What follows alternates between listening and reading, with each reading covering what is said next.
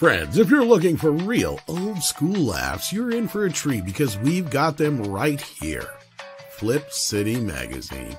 Remember Mad Magazine? Then it went woke? Well, don't worry. Flip City has no chance of going woke. That's right.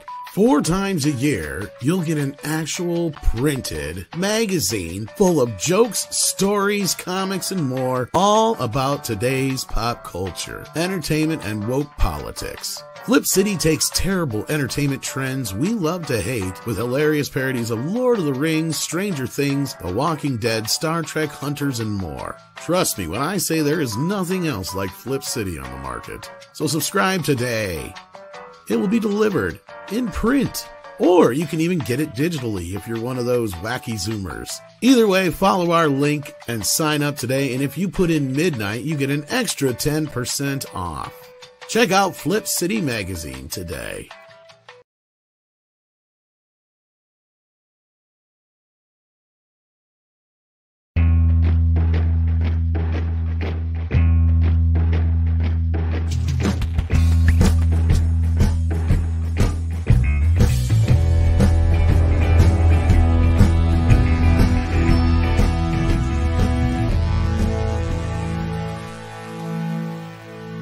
Good morning, everybody, and welcome to Midnight's Edge in the morning. It's Friday. That's right. We're almost all the way through the first month of the year. We have with us the boss man, Andre, here. How you doing? I'm doing excellent. Greetings, everyone. It's the end of a week, and what a week it's been for Disney. What a year it's been for Disney, and the year is just getting started. Indeedy do. We also have with us Paul Chato. How you doing? I'm good. I vowed that I was going to cut down the number of videos I was making, and I've already done one a day. Like it's addicting, isn't it?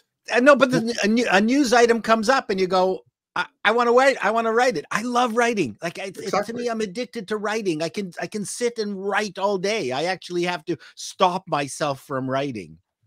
And what's so cool is that now you actually have a venue to do something with True. that writing. 2 venues. So anyways, listen, great to be here. It's freezing cold outside.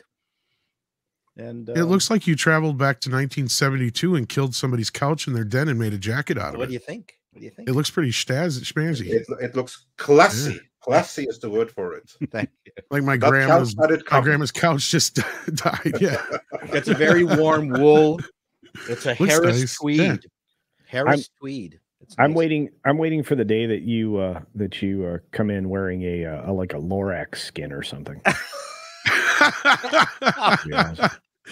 See, this is what I didn't understand about the whole, like, when they had the Maleficent thing and then they did the Cruella movie. It's like, and her whole motivation was her parents were killed, knocked off a cliff by a herd of Dalmatians. It's like, dumb. How retarded are you? Like, did you not watch the movie?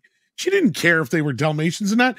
They could have been poodles as long as they were spotted. It just didn't matter. She just wanted something that was odd. But right? She wanted something that was one of a kind. Everyone like you has got to have the couch. Every evil person has to have a motivation and be a victim. Not really. I mean, they just want something like that. Like, I just want a weird jacket like that. That's what I want. Right. So and if you got the money and the crazy brains to do it, yeah. Let's go around a bunch of houses looking for that perfect couch, speckled couch, and then we kill it and we have coats out. Yeah, think of that. She could have saved all those Dalmatians. We also have Culture Casino with us. How you doing? Hey, morning, everybody. Good to see you. I'm glad to be here, although for a brief period of time. This should be interesting. I'm very excited. Funny, that's what Jesus said too. Well, thank you. Good company.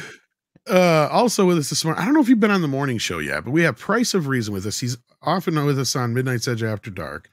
But welcome to the morning show, my friend. Thank you. I think it's my second appearance here. Maybe. I was here some time back with the Ninja Turtles or something. Ah, that's correct. Yes, I was going to say, I think maybe we had you before, but couldn't remember for sure. Welcome back, cute. Then. Thanks, Paul. You too. My grandma made him on the couch that you killed. Hey, you know what? We match. We're the same material. Kind of. Pretty close, yeah. Same material. He does though. He looks like a calamari your grandma would make. You'd be like, "Baby, I couldn't afford the Star Wars toy you want, so I just made you this one." In other words, price of reason. Better watch out in case Paul wants a tie with that. Yeah. I can give you my crown instead. Okay. Well, at least he's not on Star Trek Discovery, because then he'd probably be eaten. Oh, Because like the closest thing to the calamaris on Star Trek, that was the thing, is that they would eat them. Did you watch Discovery at all, Paul? me? Yeah, I Yeah. don't So Doug Jones's character, the yeah, USS his Daycare species. is what I called the ship. But that was the whole thing between him and Michelle Yao, is that the dimension that she comes from, they eat their kind there. Yeah. Yeah. Well, to be fair, they eat his kind in our dimension too. Like the Doug Jones character, he was they just escaped. That's true. Not to be eaten, but they were dinner in any universe. I have to be honest. I gave up after season 1.5. So well, I'm surprised you made it that far. Well, yeah. So basically, you gave up just before the appearance of the Enterprise crew. Then, right. Yeah. Yeah. That's, yeah. Actually, you made it about almost. I think I made it a little farther than you, but not much. Because I got to a point where I literally just told Andre, I cannot do this anymore. I had friends who I cannot watch this crap anymore. And they were telling me about the adventures on the show. Wonderful. Wow, it was like doing mental damage to me at that point. Like I was getting depressed from it. We had like a hilarious thing where we made Mr. H watch an episode just to see him react and laugh at it. It was quite fun. It's up on the channel in the Star Trek. My friend was saying that the directors gave up trying to get Burnham to act like the Vulcan she was supposed to inhabit, even though she wasn't Vulcan. Because she was raised that way. Yeah. Raised that way, and then they said as an actress she couldn't do it, so they just gave up. The directors gave up giving her direction to, you were raised by Vulcans. And I mean, imagine spending like 20, 30 years with people and never once telling them you had a sister. But then again, they never once told him he had a half psychotic brother. My parents didn't tell me I was Jewish until I was 18. So there you go. They didn't want you to have that white privilege. Mom. They didn't want you to have all that white privilege. That's no, Jews are white adjacent. Well, that's my whole point. You got the white privilege, so that's right. Yeah. Anyway, the word was adjunct. Yeah. Now, when we have all the panelists introduced, we have quite a lot to talk about. There'll be adjuncts to it. Yeah. Indeed. And we also have a couple of super chats. Let's get into those. Get into it. We have actually one that's going to lead into it pretty nicely. We have Dr. Longdongler sending us a £1.99 super sticker. So everyone, please smash that thumbs up. Dr. Longdongler has also been a member for 26 months, which is brilliant. And then we have, leading us into the first topic, Sean Cook, who's been a member for 17 months, saying, "Hey guys, ready for my daily dose of the Disney dumpster fire." Indeed. It's the gift that keeps on giving. Yeah, and I think it's going to continue, because basically it's been quite the 36 or so hours here, because it started on Wednesday or Thursday, depending on which time zone you are in, when Disney formally rejected Nelson Peltz's bid for board seats. We obviously knew they would, but this was when they made it formal. Official. They issued a statement and everything, where they basically encouraged all of Disney's shareholders to vote against Nelson Peltz and that other company who just issued some other stuff, even though they're friends of Iger, just so that he has the opportunity to say, no, look, it's not about them. It's just because we have the best board in existence. Because that's basically Disney's argument, that the Disney board right now, they are so diverse and they are so talented and they're so good at what they do that no one should muck with that in any way, shape, or form. Just back off and trust them, and everything is going to be awesome, says the very people who have led the company down to oblivion. But, of course, this rejection didn't last long, didn't it? Because Nelson Peltz, he shot back, didn't he, Culture? Can you take us through it? Yeah, on this CNBC interview, which you're going to see an in detail video coming out from me, and I think a lot of people that are in our sphere are going to be talking about this for a while. I think I may say something about it as well. Carry on. Yeah. I'm going to suggest that this is the way a businessman approaches things. A very successful one at that. He was reflecting an air of confidence because he has more information than the person interviewing him. He has more information than, well, it seemed yesterday, than the Disney company had about just how much control he has via proxy of the company. He also has his facts and figures and pretty much has thought about every possible question you could ask him in advance, because he's asked them of himself and of the goal that he is pursuing, which is to turn Disney back into a successful family brand company and, away from what they seem to be now. Throughout this interview, and hopefully we're going to watch a little bit of it, but throughout this interview, he constantly praises the person that's asking him these questions. Well, I'm glad you asked me that question, because he's already prepared for the answer. And again, the interviewer in this case is not anywhere close to being prepared to deal with this. And what's really funny is there's also a subtle takedown of Jim Cramer, who I think is one of the most ridiculous floppy heads out there. So there's actually a fund out there that actually goes the other way. Now, on this channel, or even on my channel, or any channel I'm on, we do not give financial advice, but this is basically an extension of a campaign that Peltz started back in 2023, which, I actually still have the PDF for. And that particular campaign highlights that the Disney company was headed the wrong direction. And what often happens, and this is just a little background, folks, what often happens is when Peltz is interested in something, and he's interested in a company and turning it around, he will send them kind of a white paper, which is basically an outline of what he sees them doing wrong, places they could correct, and suggestions that they should implement in order to change things and turn the company around. He does this because he's what's known as an activist investor. So he's very well aware of what the primary markets are for an individual company, and he's very well aware of, what that market sea change is at the point in time. So he will look at something like Disney and say, okay, this is where they're falling down. This is where other companies are at that would be comparables. And this is how they should be competing in the marketplace. And then he goes from there and then starts asking questions about, well, why aren't they more successful? He's done this thousands of times, probably over the course of his lifetime. He's been doing this kind of thing for a long time. And not only that, he has personal investment in the Disney company. So he has skin in the game. His fund has skin in the game, and I think that that's a pretty decent introduction for what we are about to. I think he has about $3 billion worth of skin in the game. Yeah, and for that kind of investment, you're going to be pretty prepared, more prepared than anyone asking questions. Indeed. Now, this is actually in the middle of. Well, I'm not even sure how long this interview went on for. Mike said that they held half of it behind a paywall. They only dropped 2 clips on their YouTube channel. But the first one is just kind of introing things, a lot of what Culture said here. Peltz kind of saying that the company's in trouble, a little bit about what he wanted to do. And of course, this was brought upon us because yesterday morning, the news broke that they had rejected Nelson Peltz's proposal, as we all had anticipated they would. Yeah. And again, this is all in response to his reinvigoration of his campaign called Restore the Magic. So, yeah. Well, it might as well be Make America Great Again. True.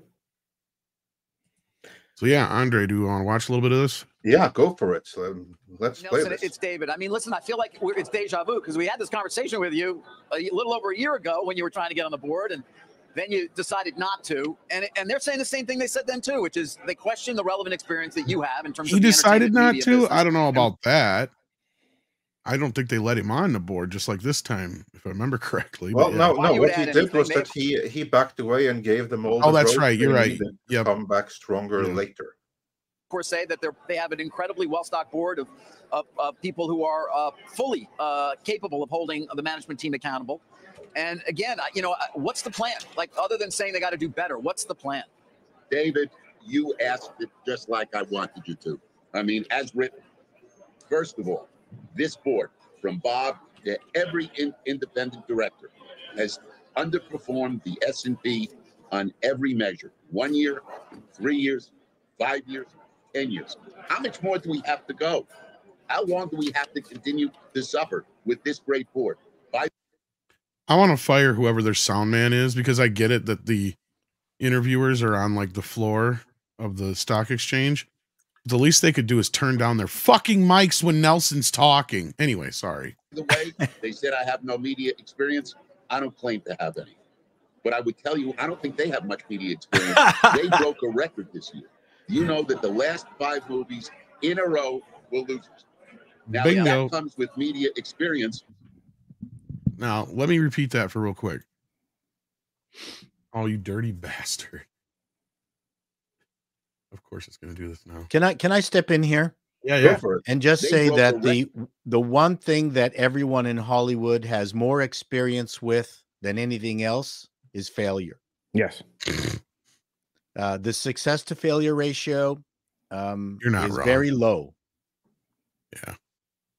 Well, as I say, it always takes a million things to go right to make a successful film and only one thing to go wrong. Right. Exactly. That's before it even gets finished. Right. So exactly right. But the fact is, Disney had a good run, and now that run is over, and Nelson is absolutely correct. This year, you know that the last 5 movies in a row were losers. Now, if that comes with media experience, I want a guy who doesn't have a media experience. He's great. So David, let's deal with facts.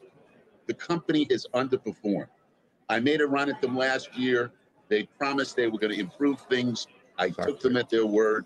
Things got worse. The stock went down. Results got worse. Okay, so no more. I can't continue to give them more opportunities. Understood. Although, to be fair, don't you need to be fair to compare it to the overall entertainment group? I mean, this is a unique period in time in which, as you well know, there are headwinds and changes that are generational in terms of trying to deal with the move to direct to consumer and make it profitable. So, comparing to the S&P may be a bit unfair, don't you think? Oh, really? I mean, that's what shareholders who buy stock compare it to, David. That's a good point. He's an idiot. Look at Netflix. Netflix last reporting period did $30 billion in sales, 20% margin. Okay. Wow. Then you have Warner's. They did $30 billion in sales and media with a 20% margin. Oh. Disney, the big daddy, did $50 billion in sales, a 6% margin. 6%. Now, that's the competition. Those are the guys who are all suffering through a change from features to streaming. Some have been able to cope with it beautifully. Plus, this company, Bob said it in 2015 and 16, that streaming was a real issue. It was coming. It was here it was going to continue to grow. He said that back then. And then what happened? They did nothing. And look what happened to ESPN. The crown jewel of Disney continued to lose subscribers, lose value, and now they're negotiating deals for ESPN out of total weakness. They could have made deals on ESPN in 15, 16, 17, 18 when they saw this streaming thing coming. They said it directly and did nothing about it. Missed that, but yeah, that's a big deal, right? Like culture, because what's going on right now is they just made a deal with the NFL. The NFL. It's not done yet, but they are very close to signing it. Yes, true. And what he's talking about here is they're doing it now when they're acting out of desperation instead of acting when they had the power in their hands. Yeah. And getting a better deal. Well, and not only that, they're acting out of desperation. It's an entirely different way to negotiate. Your opponent knows that you are at your weakest point possible. When all of this was coming down the pipe and everybody saw it coming, streaming was going to slowly take over. He's talking about a long time again. If you're talking about 2015, and we're in 2024, how many years is that? Almost a decade. But he's not wrong. We've been talking about the streaming wars since. When did we do that video, Andre? 2018. Yeah. Okay. So these guys have known about this shit. Yeah. Bob was so gung-ho on Disney Plus. I mean, well, it's always about known factors, right? Here's the thing: we knew streaming was growing. That was a known factor. It's been a constant growing threat for a long time. We also knew that sports rights get continually more expensive. The American public consumption of sports was, only rising at that point in time. If you go back to 2016, 2015, that was growing. You were watching it in real time. You were watching ad revenues at records. You were watching, viewership at records. The widespread mass appeal of sports, whether it be the most, popular sport here in the US, which is the NFL, or even like, mediocre, bottom tier sports like the NHL. Haha, got my dig in it, Paul. They hey no, but anyway, the whole and I was just kidding about hockey. I love hockey. No, it's okay. It's right up there with curling. Anyway, the whole point being that was the point at which to negotiate with these leagues for, a slice of coverage to reduce the sports rights fees. Because if you have buy-in from a corporation, you're going to get preferential treatment on the acquisition of rights. In fact, it may come, part of their slice could have been negotiated as, the rights, outright rights that you would have to not pay for as part of the package. They can't go and get those kinds of deals now. And so again, you had all these known factors that Disney at the time didn't take advantage of. And as Peltz points out, at the time back then, ESPN was the crown jewel. It wasn't the ABC propaganda network and all of the associated networks that came along with it, the Capital Cities acquisition or any of that. It wasn't their cable channels. That wasn't the thing that was the future. The future was streaming. The known factors of sports, and the value would only increase. Those were known factors. They have a lot of known factors in Disney, and they never take advantage of them. They never under Iger's leadership took advantage of any of their opportunities. And we're not even to the theme parks or the theatrical releases, which Peltz has already spoken about. We're talking about the thing that was the bread and butter at one point in time prior to, John Skipper becoming a lunatic and getting fired. But, had they not gone the direction that they were, all of these things would have been more valuable. Again, known factors. It's one of the things you really do have to study when you're looking at the future of your company or even one that you're interested in investing in. Wow, I talked for a long time. Yeah, no, that's interesting. I appreciate it. Yeah. And the one thing we need to add to that is, and I don't know how long they knew it, but obviously it would have been their finger would have been on the pulse, but terrestrial and cable subscribers are plummeting. Yeah, cord cutting. Yeah. The thing is, sports is one of the only things that people still want to watch live. It still has value. Most other stuff, it's streaming, it's a competition. People are investing money in all these projects. Here, there's a game, and people want to watch it live, and it's one of the only things that exists like that. So I tend to agree with Peltz on the way Disney handled this. What's really odd is the demise of terrestrial television came at the hands of the terrestrial television providers. They did it to themselves, and they also did it to themselves when it comes to the losing streak that they're on when it comes to streaming. Really, honestly, all they had to do was keep away from the initial motivations and movements of Hulu. Had they just said, okay, well, you aren't going to get this TV show until a month after it initially premieres on one of the networks. So if you had FOMO, you could have preserved FOMO and kept it so that you didn't end up with your TV show the next day over on Hulu. Same thing goes with almost anything else. It's a scarcity is an important weapon. It's what Disney utilizes in their theme parks. But the terrestrial, all they had to do was that. I mean, honestly, you're not competing with Netflix then. Netflix is a rerun company, or at least it was back then. Right. So, aside from what original material they did have, and what Price already broke down is live's the thing.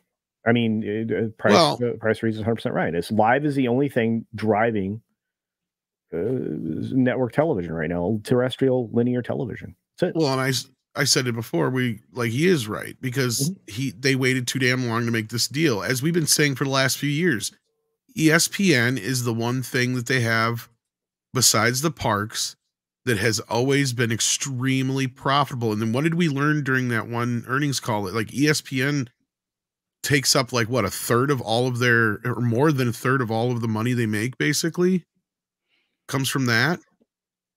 it looked like from the breakdown, because the parks are in such bad shape right now. Their movies, as he just pointed out here, haven't been generating anything. Honestly, I'd say you have to go back to probably 2019 was the last year that Disney had a successful year. Maybe what year did Endgame come out? Because that was 2019. Well, 2019 right? Would be the last, certainly for the entertainment division. That's what I'm saying. Yeah, and then 2020. And what else did they do in 2019? They dropped. Disney wasn't that the same year they started Disney Plus, or soon thereafter, 2020, because they tried to rush it out for because they tried to rush it before it was ready because COVID happened. Yeah. And to be fair, it was off to a good start, but they weren't able to follow it up because all their content sucked. Well, and that's been all these streamers' problems. HBO Max, the only thing that they ever have that's worth a shit is stuff they get from HBO proper, it seems like. Netflix seems to be one of the only companies that can come up with original material. Amazon sort of with a few of their shows. But, I mean, they're not nearly on the level of what Netflix is as far as originality. Like, none of these other channels have had breakout successes except for Peacock, which got their success from Yellowstone, which is actually a Paramount property, which is done on Peacock anyway now because they're going to move it to Paramount as soon as they reboot it. So, yeah, and again, I mean, obviously, there's a particular actor that killed Yellowstone going forward. We got that problem as well. Yeah, could have had a 10-year run. He has a history of blowing up his career every 5 to 10 years. So. Yeah, we've talked about this. This is the Kevin Costner going to cause. Okay, like he's just going to do it. He's just. But anyway, let's get back to this crap here. We do get a kind of a flavor of what Disney feels shut up. About the person you'd like Dear to Lord. You, Mr. Rizzullo. It does sound like he was a stalking horse for the largest shareholder, Mr. Promoter. I don't find that wrong, but they do make it sound like that's something wrong there, and that Bob Iger broke Mr. Promoter's heart when Mr. Rizzullo was basically fired, passed over, I should say. Is Mr. Rizzullo, is he better than, does he know more than, James Gorman about the entertainment business? About Disney? Yeah. For sure. I know James. I don't know how many times James has been to the park. I don't know what experience James has with Disney. And, oh, by the way, James, who I like very much, was given a board seat. He didn't have to have a plan for the company. He did not. Do you have a white paper that I can see? Do you have a white paper that I can see? He didn't have to set a goal for the company. He got invited on the board. Okay? Yeah, and I've got to go through these bells and whistles. Hey, guys, I'm the largest shareholder in this company. Well, the largest independent ship. Listen to me. I want to go back to that for a second, Nelson. Shareholder in this company. But are you? I mean, like Perlmutter is. I still don't fully understand. Really? Let me ask the question. Because I am curious about this from a fun perspective. Right, you know, 25+ million of the shares that you are voting, so to speak, are Ike's. And then Trian owns, my understanding, is 7+ million. Try again. What's the relationship with Perlmutter? Is he paying you? Are you getting fees somehow? Like, you're doing an awful lot here that really wouldn't seem to actually add the economic value for Trian holders, given your relatively small ownership of Disney when you take out Perlmutter stock. David, I am thrilled you asked that question. Okay, thrilled. Okay, because every fund around has investors. Whether it's a pension fund, doesn't make a difference. Whether it's a sovereign fund, and whether it's a bunch of individuals. What the hell's the difference? It's money. These guys want to make money. That's why they give money to funds. We just saved one step. Ike Perlmutter gave us some shares. He said, hey, guys, you figure it out. I don't want to come back to the company. I don't want to be an officer. I don't want my job back. Okay? I just want to make money on my stock. Because, oh, by the way, when I'm gone, it's all going to hurt. Right, but that's not Trian fund money that went into buying his stock. You didn't buy it from him. He's lumped it in with your ownership stake. David, this is a specious argument. If a guy gives me a check or he gives me shares, I have the full right to vote it, to do whatever I want with it. What's the difference than if CalPERS gives me $100 million or they give me shares in a company? There's no difference. It's all under my control. Stop stuffing so they cut him off there, into your cooler. I do like how well he knows his shit. Yep. Well, yeah, he's clearly been around for a while. Yeah, and he also noted a company that obviously has handed over proxies to him that isn't listed anywhere right now. So, so that's an interesting thing. But personally, Ike Perlmutter owns 32 million shares of stock, which tells you how out of date the information was of the interviewer had. And of course, Jim Cramer, who is usually out of date on information. But it like I said, I mean, he is somebody who's informed. This would be Peltz, informed, and has already thought about everything you're about to ask him multiple times. So, and yeah, go ahead. No, I was just going to say, and one of the things I hate about financial reporting is the non-zeroed graph. Sure. I hate it. It's completely misleading. Yeah, and again, I mean, look, when he's pointing out the trends versus, you know, the market, and he talks specifically about funds and things like that. This is when I wish I had somebody like Mexican Iron Man or Jonas around, because there's a lot to there's a lot to unpack there. The company has underperformed pretty dramatically. That's one of Nelson's primary concerns going back to last year. They looked at the 10-year share price performance and found it lacking, sitting at a near 8-year low. It's headed back downwards now as it is, and it's only getting worse. Again, the market ebbs and flows. Again, we're not giving financial advice here. I'm going to keep saying that because I don't want anybody to clip it. But they don't have very clearly delineated long-term goals. They have a lot of very vague things that they say at Disney, vague promises, vague announcements, and nothing that they will be held accountable for if they don't perform. And one of the things that obviously they were looking for, and I thought was very irresponsible, was the provision of a dividend. I thought that was incredibly irresponsible at the time. The company is in one of the weakest positions it's been. It had a lot of financial pressure on it to finish or complete its deal with Hulu, and yet they still announced a dividend and then, provided one afterwards.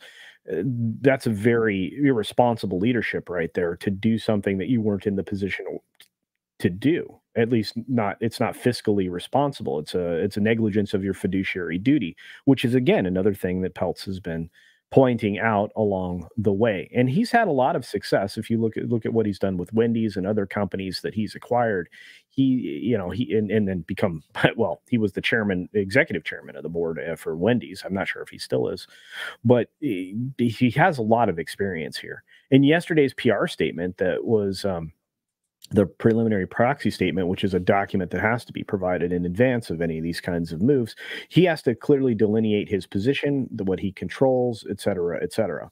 What he's sitting at now, even if it's 4 or 5% of total Disney control, even if he's sitting down there where State Street is and is an institutional investor, he still controls individually more proxy than anybody else that's not an institution.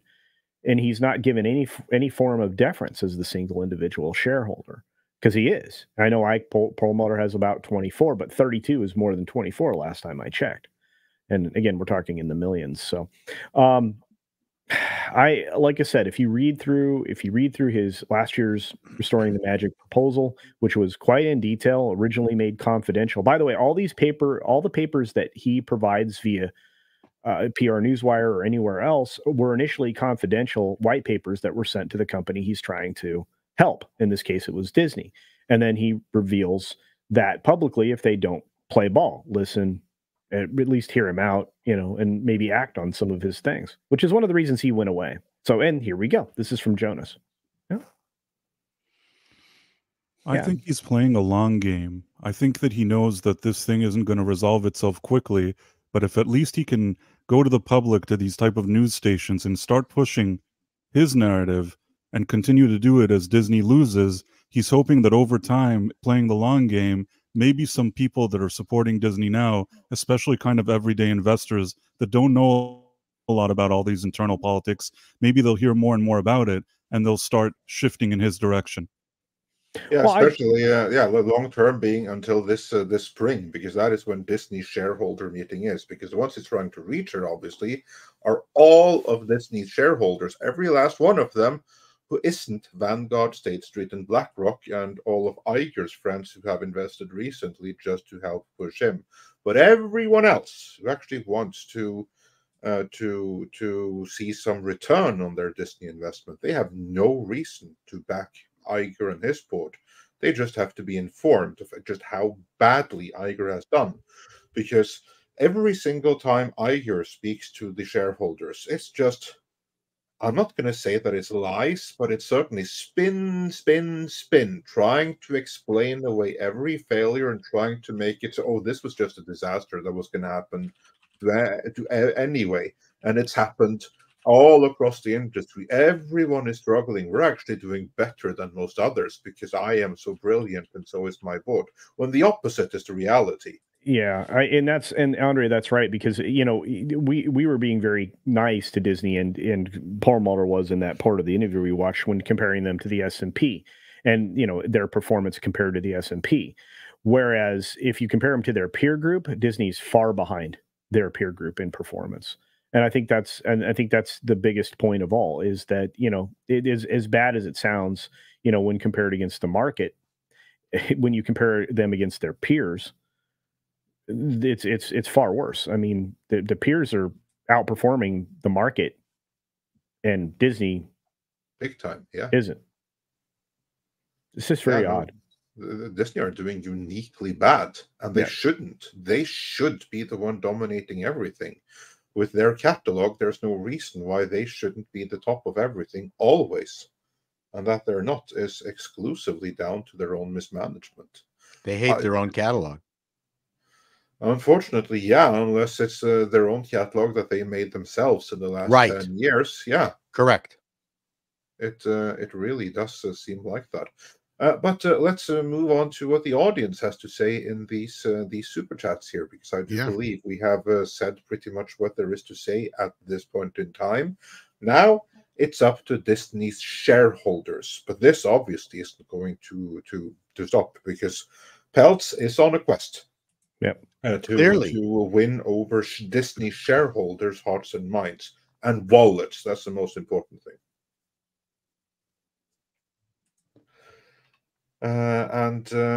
Going through these super chats about this specifically, we have Packing Protons Games and Animation says for $5.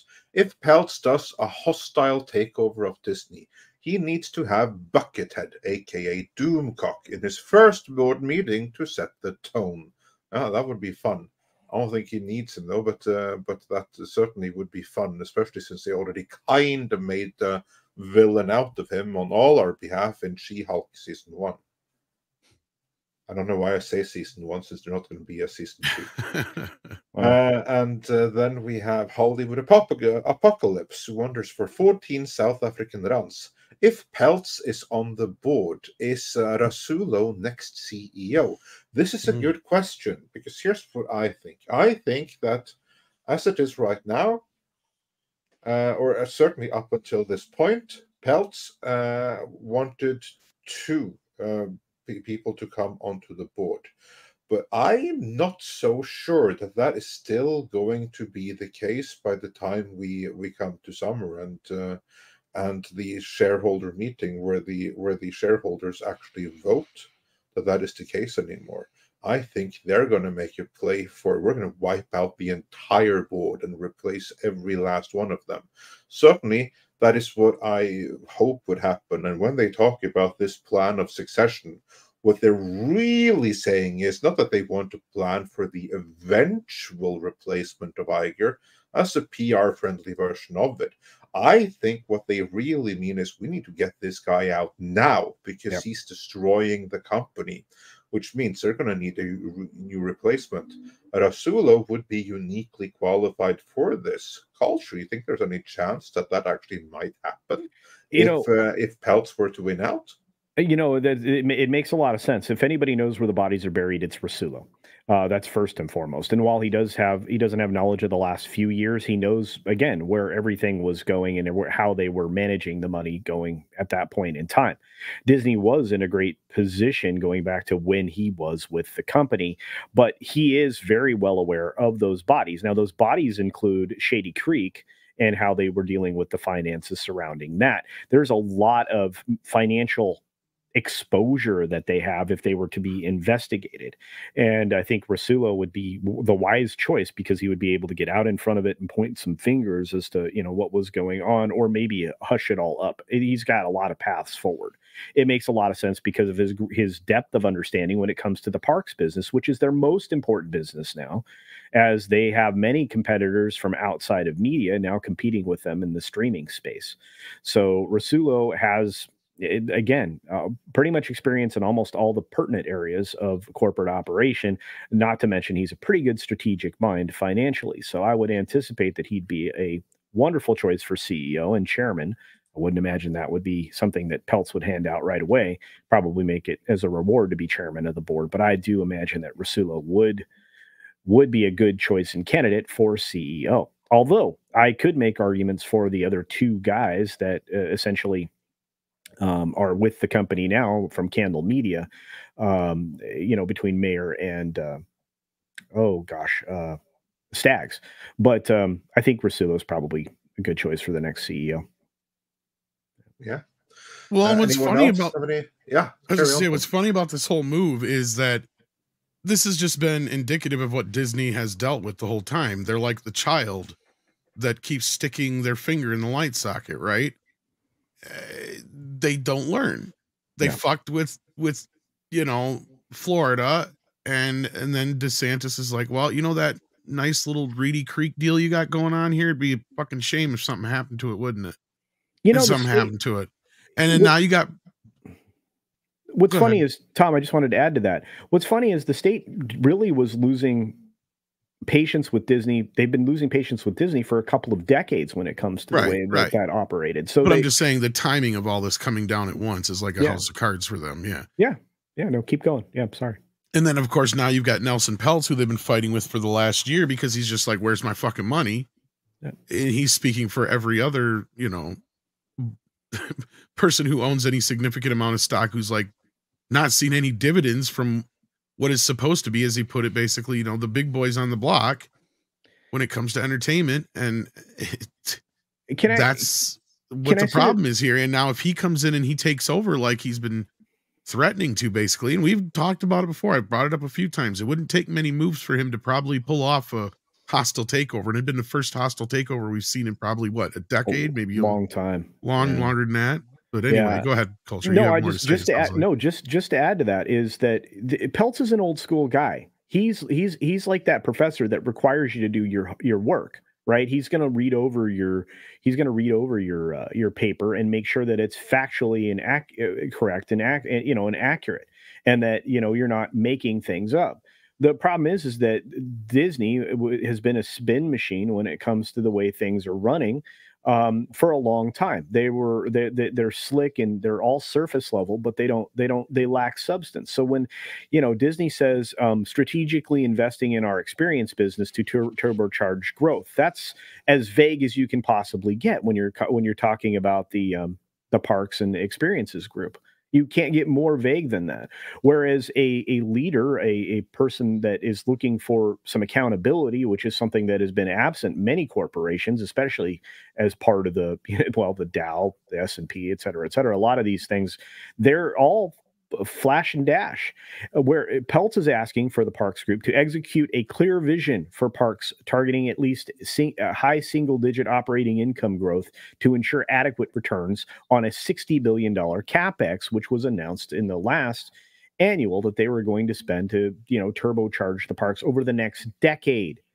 By the way, that's a reduction in capex for park performance across the board over that period of time, especially in light of inflation. It's a significant reduction. So again, Peltz is asking for very specific things. Disney is all surface level, and that's that's how you get kids to perform. You set specific metrics. If they don't, they fail. And to be fair, Tom, as you pointed out, Iger's a big kid. He's never had his feet held to the fire, and he keeps sticking his finger in the light socket. Indeed. And as last call with Troy Pacelli says with $5 here, 1711 watching and only 426 thumbs up. Hit the like button, folks. Yes, please do. If you haven't already. In fact, we got 1755 watching at this very moment. hit that like button, share out the link, let everybody know we're live.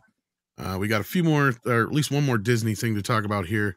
And then we're going to move on to some other news as well. We got Ryan Bannon sending in 5 Canadian. It says, if Peltz takes over, you think he could reinvigorate late night talk shows to what they were, at least for ABC, when they were funny? Ryan, I don't know that this would even go within his purview. This is the kind of question we used to get when it would come to Zaslav, and it's like, he can't micromanage everything. So like, this is something that's like way down the totem pole of his problems. He's more worried about the overall grander picture of the company at this point, right, Culture? Yeah, it's a high level view. That's the thing. You take the widest, and Paul can actually speak to this probably more than I can. But shit, they might sell ABC before Peltz takes over anyway. But go ahead, sorry. No, you're right. But I mean, that's look, somebody at that level, even CEO level, even, you know, somewhere even down lower in the C-suite, they're big picture people. They're supposed to hire the right people, put them in place, give them directions on what they want to see, set specific metrics, and then evaluate if those are successful or not, or if those people are actually performing the duties that they were given. That's the bigger picture. So it's the way management is structured, and it's Peltz, the last thing he's going to do is look at something that small, that myopic. But with proper leadership, yes, all of these things could recover. Eventually, I don't know. Paul, I got to ask you, because you should know this. Obviously, you know, nobody's going to pay that minute attention to those details, but it comes down to the leadership that's put in place, right? Well, I have always opined on the complete lack of vision on how to tie all their different divisions together to create synergy.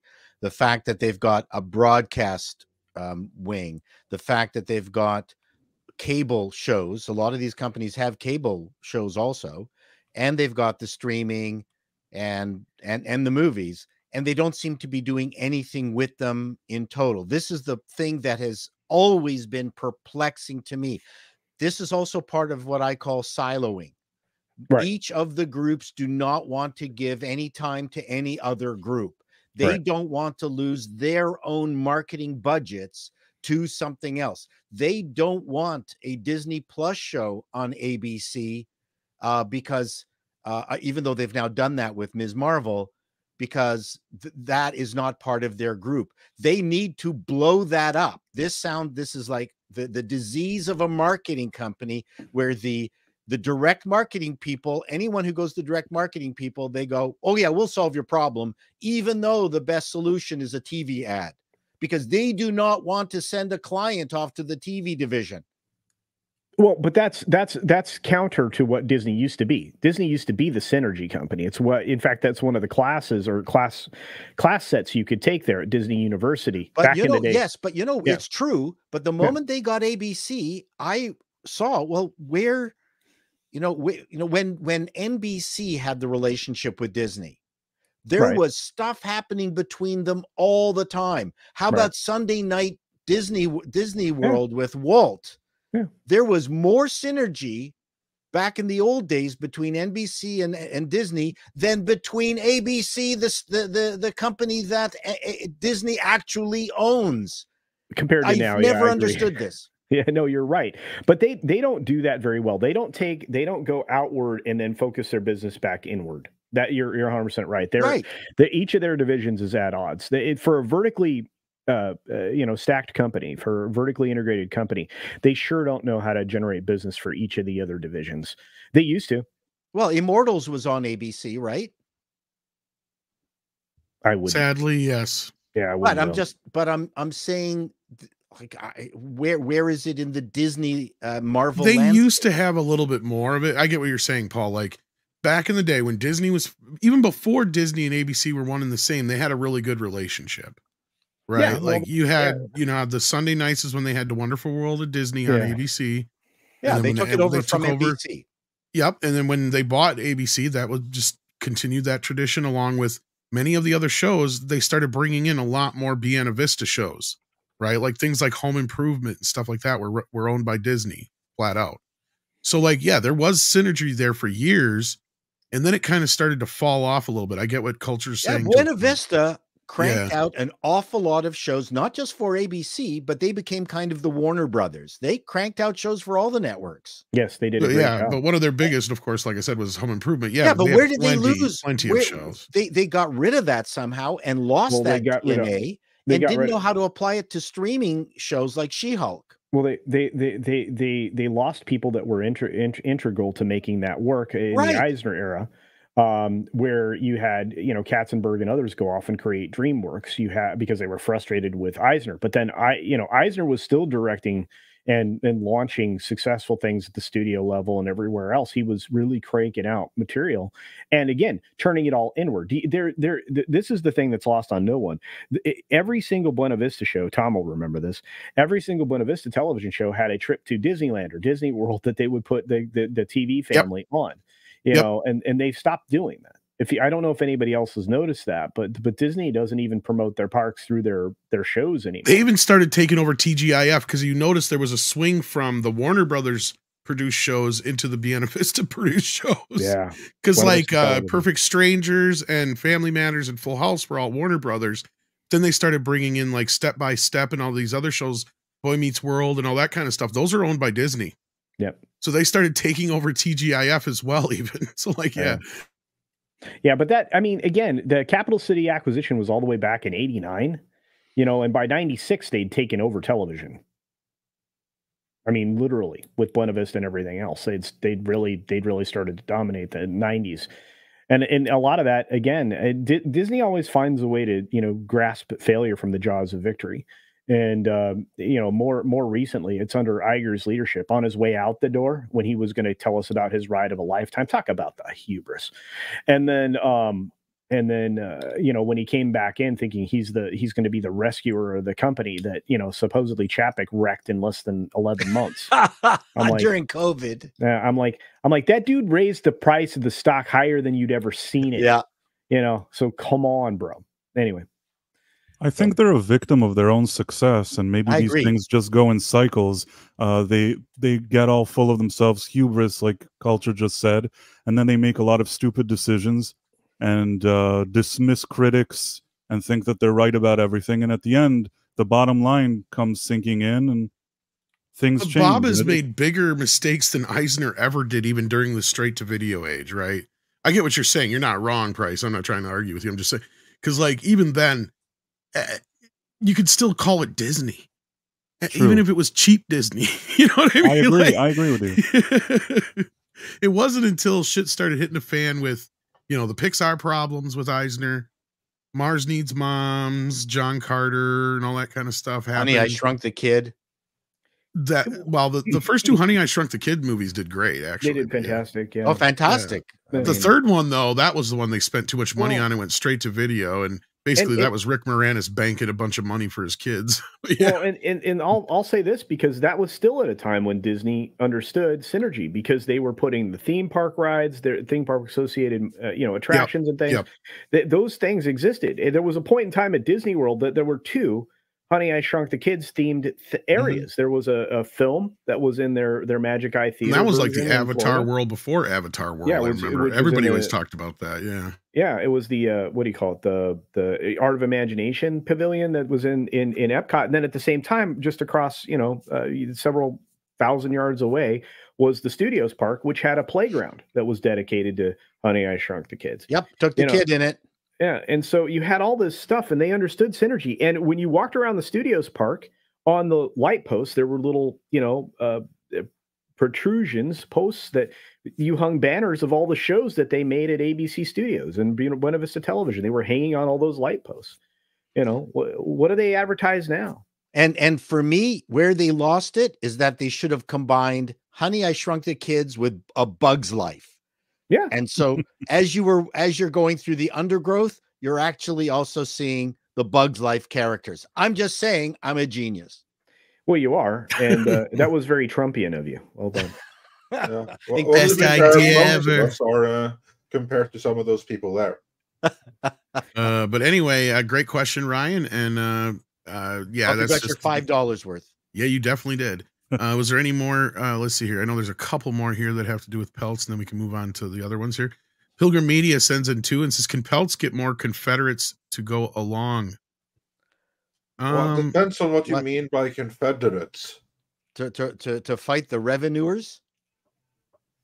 Well, I think probably the Confederates are the revenuers versus the National Socialists that are in Team Iger. Yes. Yes. Culture got exactly what I was saying there. So, yeah. I'll say this. I tell you, there's a lot of like-minded investors, people of significant means that are already aligned with Peltz because they really do want a better ROI. In fact, that's one of the most important things. This is happening too frequently, when companies are ignoring that investors are looking for the fiduciary duty of return on investment to actually be adhered to. And I have a feeling that Disney is really opening themselves up to massive lawsuits, especially in this case when you have somebody who holds as much as 4 or 5% of the company being ignored by the company. That there's a lot of interest in your company to ignore a shareholder of that significance. That's a form of corporate malfeasance. When this is someone that has a really solid track record, and if they just were to listen to what he was saying, he would fix their problems in a couple of months, and they can claim all the credit for it as a beauty. I mean, it's like a dream situation for, maybe not for Iger, but certainly for everyone else on the board, apart from the two that would be evicted. They could claim that they were part in the company's massive overturn. True. Yeah. Mr. Tickle Trunk sends in a Rumble rant over on the Rumble side. That's right. We're live on Rumble as well as YouTube. $5 says, so was this Peltz interview to smear the man by CNBC, or was this part of Peltz's plan to take over? Did a great job putting himself above the board morally. I trusted them. Here's the thing. It's propaganda. It's CNBC. And there's two sides of that. Because one is that they are establishment, and so they are naturally anti-activist investor and pro-establishment. But they're also universal. And some of the greatest exposés on Disney we have ever gotten, for instance, this massive, massive piece exposing Iger's mismanagement, the reality behind the Disney board composition, and all the shenanigans that went down behind the scenes at the Iger to Chapek and back to Iger transitioning, and how Chapek really did nothing wrong because it was all Iger all along. That was CNBC. It was them that put that out there. For any new viewers who may not have seen that, we did a separate playlist about that. If you just go to playlists, we got like 3-4 videos out of that expose because it was so big. So yeah, CNBC, the individual reporters, they may be quite pro-Iger and stuff like that. As you can tell from this asshat asking the question, who wasn't even informed. But I do believe that fundamentally the people running CNBC are secretly go Peltz. But don't go too hard, because we don't want to see you succeed too much, because we're quite happy with Disney going down the drain because we're universal. Well, you got to remember there's other sides to this too. They may not have a problem with him so much, but somebody that doesn't have a problem with him that they kept bringing up was like Perlmutter. Yeah. So that's what you got to remember. It's guilt by association. That's the way these people fucking think. Yeah. So they may not be pro Disney because they're universal, but they may not necessarily be pro Peltz because now he's got, the shares of the bad guy. Yeah. They didn't want to have the shares. And Hollywood and the establishment has declared Ike Perlmutter a bad guy because he's a close chum of a certain Orange Man, even though without him there would be no Marvel or no MCU, which is something that I try to make more and more people aware of. If you want to thank someone for the MCU, there's a bunch of people, because it was like a joint venture to make the MCU happen. But the single most important person in that joint venture was Ike Perlmutter. And speaking of the idiots that we're interviewing, Waltman sends in $4.99, says, not financial advice. The golden rule when it comes to Kramer. Whatever he says, do the opposite. Absolutely. The Wallman, yes. Thank you, well, Waltman. I mean, if you're anything that leaks out to the general public, you do the opposite. I mean, really, all the money has left is off the table because of of insider trading, institutional investors. If you get some public organ like a newspaper or Kramer say, buy something, sell it. If they say hold, then buy. I mean, it's already that train has left. And I had the opportunity in the 2000s, not because I travel in those circles, but I was advising a billionaire during the dot-com revolution. Is there something you haven't done? Yeah, I know. It's amazing. His background's incredible. Transitioned. He's getting there. And so I was palling around with people with massive yachts in New York, $500, not just lunches, but they would get a $500 aperitif as part of their lunch, and they would pay my way because I was the technical guy as they were trying to sell this new application to investors. I won't get into the details of it, but I got a taste of the 1%ers, and Peltz is part of that group. And this is something that none of us talk about, that we really, as friendly as he is, as friendly as he conveys himself, and I don't know the man, none of us, and you can say if I'm wrong or not, really haven't experienced that 1%er jets and flying around in personal jets, having $100,000 a year golf course memberships, yachts, things like that. I experienced that for an entire year. It was wild. And that's where Peltz is. And it's so funny that when you're in that rarefied atmosphere, yet you can sound like you're a regular human being. That to me is always amazing. It's about not getting too disconnected from the world around you, from the things that you're focused on. I think that's how that works. I think that's why, again, you have certain business people that just they seem more human. They're more approachable. Again, it's why people have such great admiration for Musk. I mean, there are some people that don't appreciate him very much or don't like him, but the fact that he communicates with the everyday people in our vernacular or parlance or whatever you want to say, it's right. Yeah. And if you compare to the previous individual who ran GE, who was absolutely inaccessible. I mean, and well, it's like the tools that are running the American automakers, other than Musk. You have idiots at GM and you have idiots at Ford right now. Right. They're losing $36,000 on producing an EV right now. You're like, what are you doing? This is silly. It's an investment for the future. Losing money to the tune of billions of dollars. Party on, Wayne. Keep it up, bro. You're going to go out of business. So I'm just happy to keep my tiny, website business going. But I'm amazed at Peltz and just how easily he can sound like a normal human being.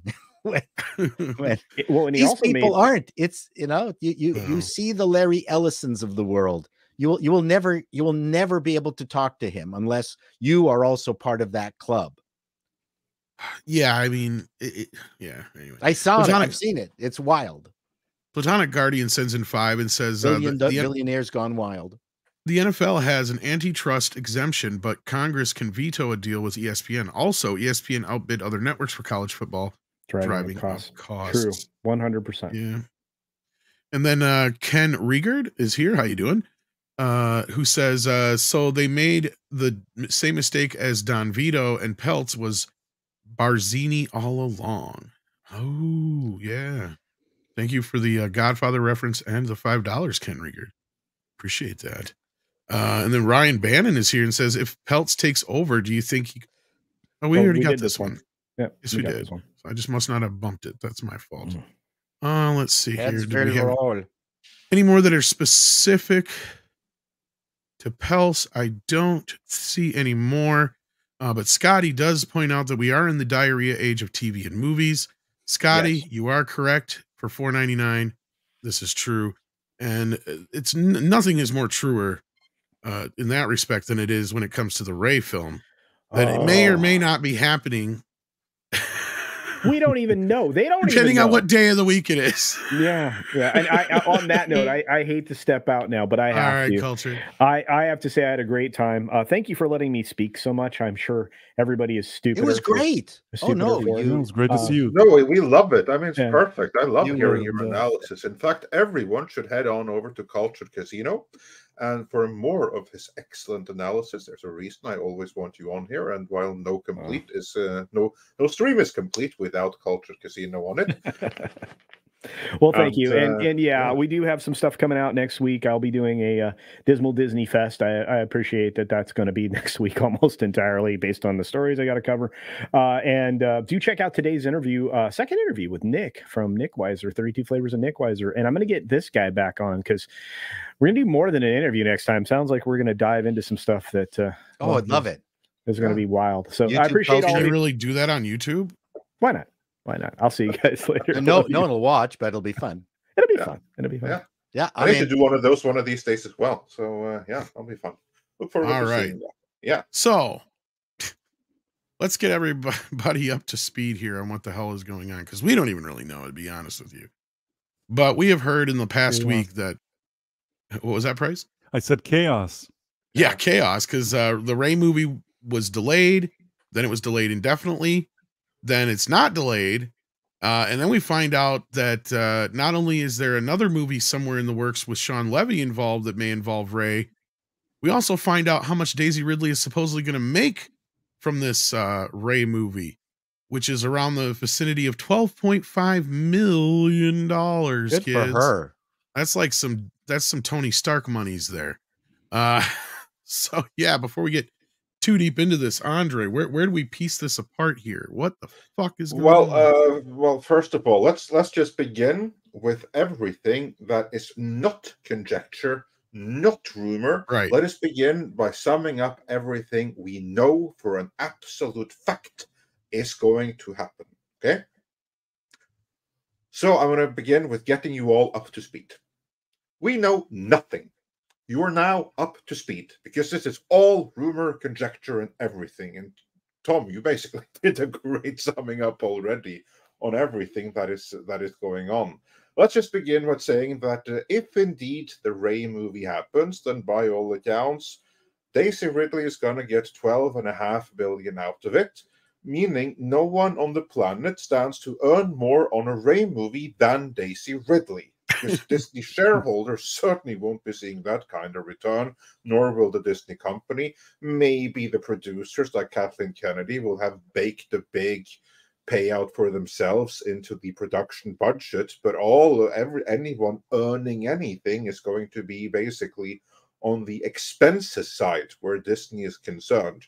Because that $12.5 million that she's getting paid, that is not getting refunded by ticket sales. I tell you what, certainly not enough.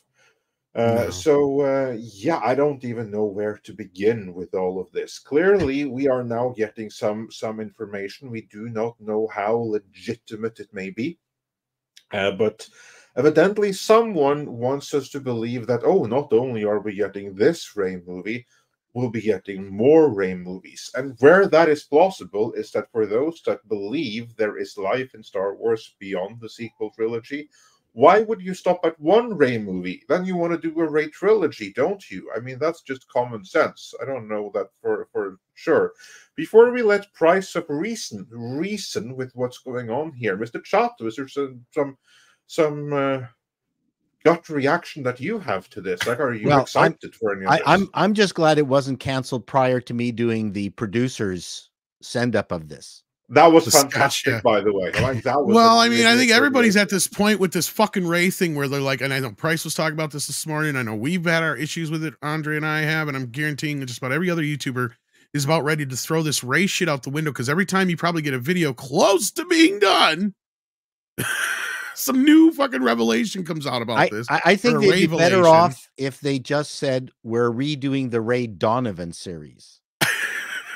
that to me would be a better choice. Listen, I'm happy for Ray, for Daisy. I have a lot of problems with a lot of actors and a lot of the shitty Disney movies, and I've never felt that she mailed in her performances. So and I know that she's talked about how she can't get work on anything else because, well, she didn't say it specifically, but because the reaction to the 3 Star Wars movies were so horrendous that she just can't get work.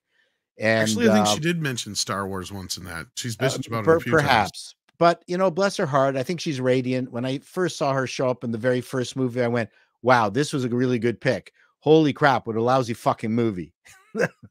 That's sort of how it went for me as I watched it in the theater. So, you know what? Take the paycheck and but again, I separate what we hear, understand, and see from what the general public is getting. Is the general public getting any of this information? What a giant mess this is so far? No, they're basically going to only see if the movie comes out. They're just going to start seeing the trailer and the usual shit that they would normally watch as a movie starts rolling out. They won't understand all this drama behind the scenes, but you know, this is something that we're interested in because we're also interested in good movies, and we also want to see good movies being made.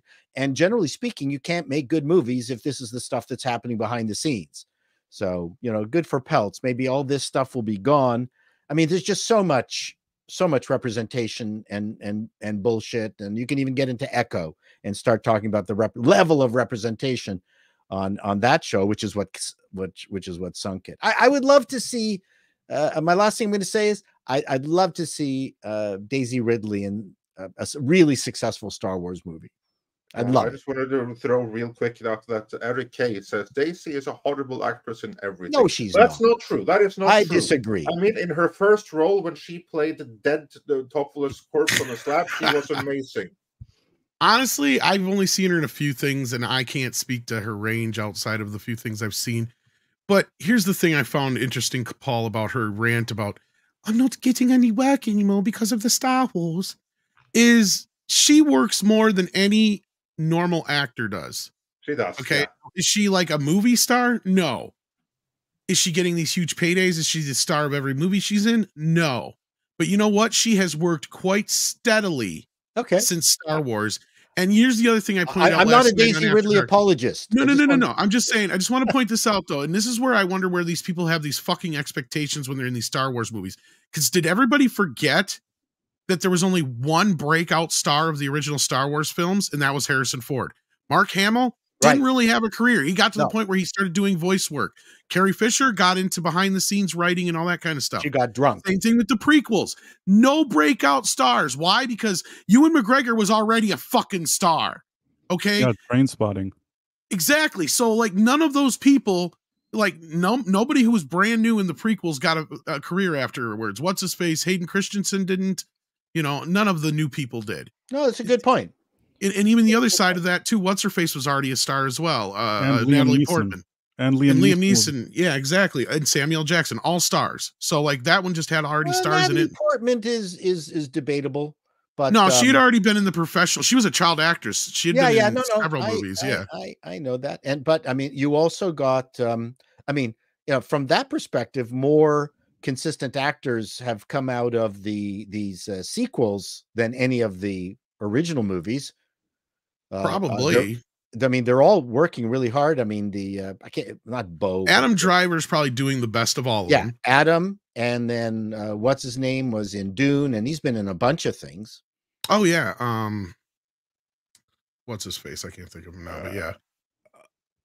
Yeah, I've seen him in just a ton of. He was in the Moon Guy. Yeah, Adam Driver somewhat escaped. That's true. That's the guy. What's the moon? The blue moon. What's a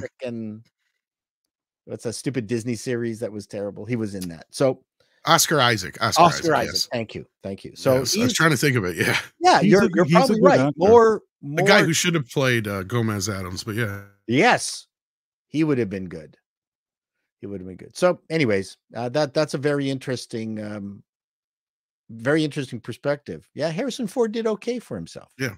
Well, I mean, and that was what I was saying. Is like, so how are any of these people expecting to be like the fact that she has been working steadily ever since? I think she should be thanking her lucky stars. And also these 3 movies have filled her coffers to the point where, if this is true, she's got another $12.5 million payday coming her way. Yeah, Too. yeah, she's not behaving like an NBA star, blowing it in the first year.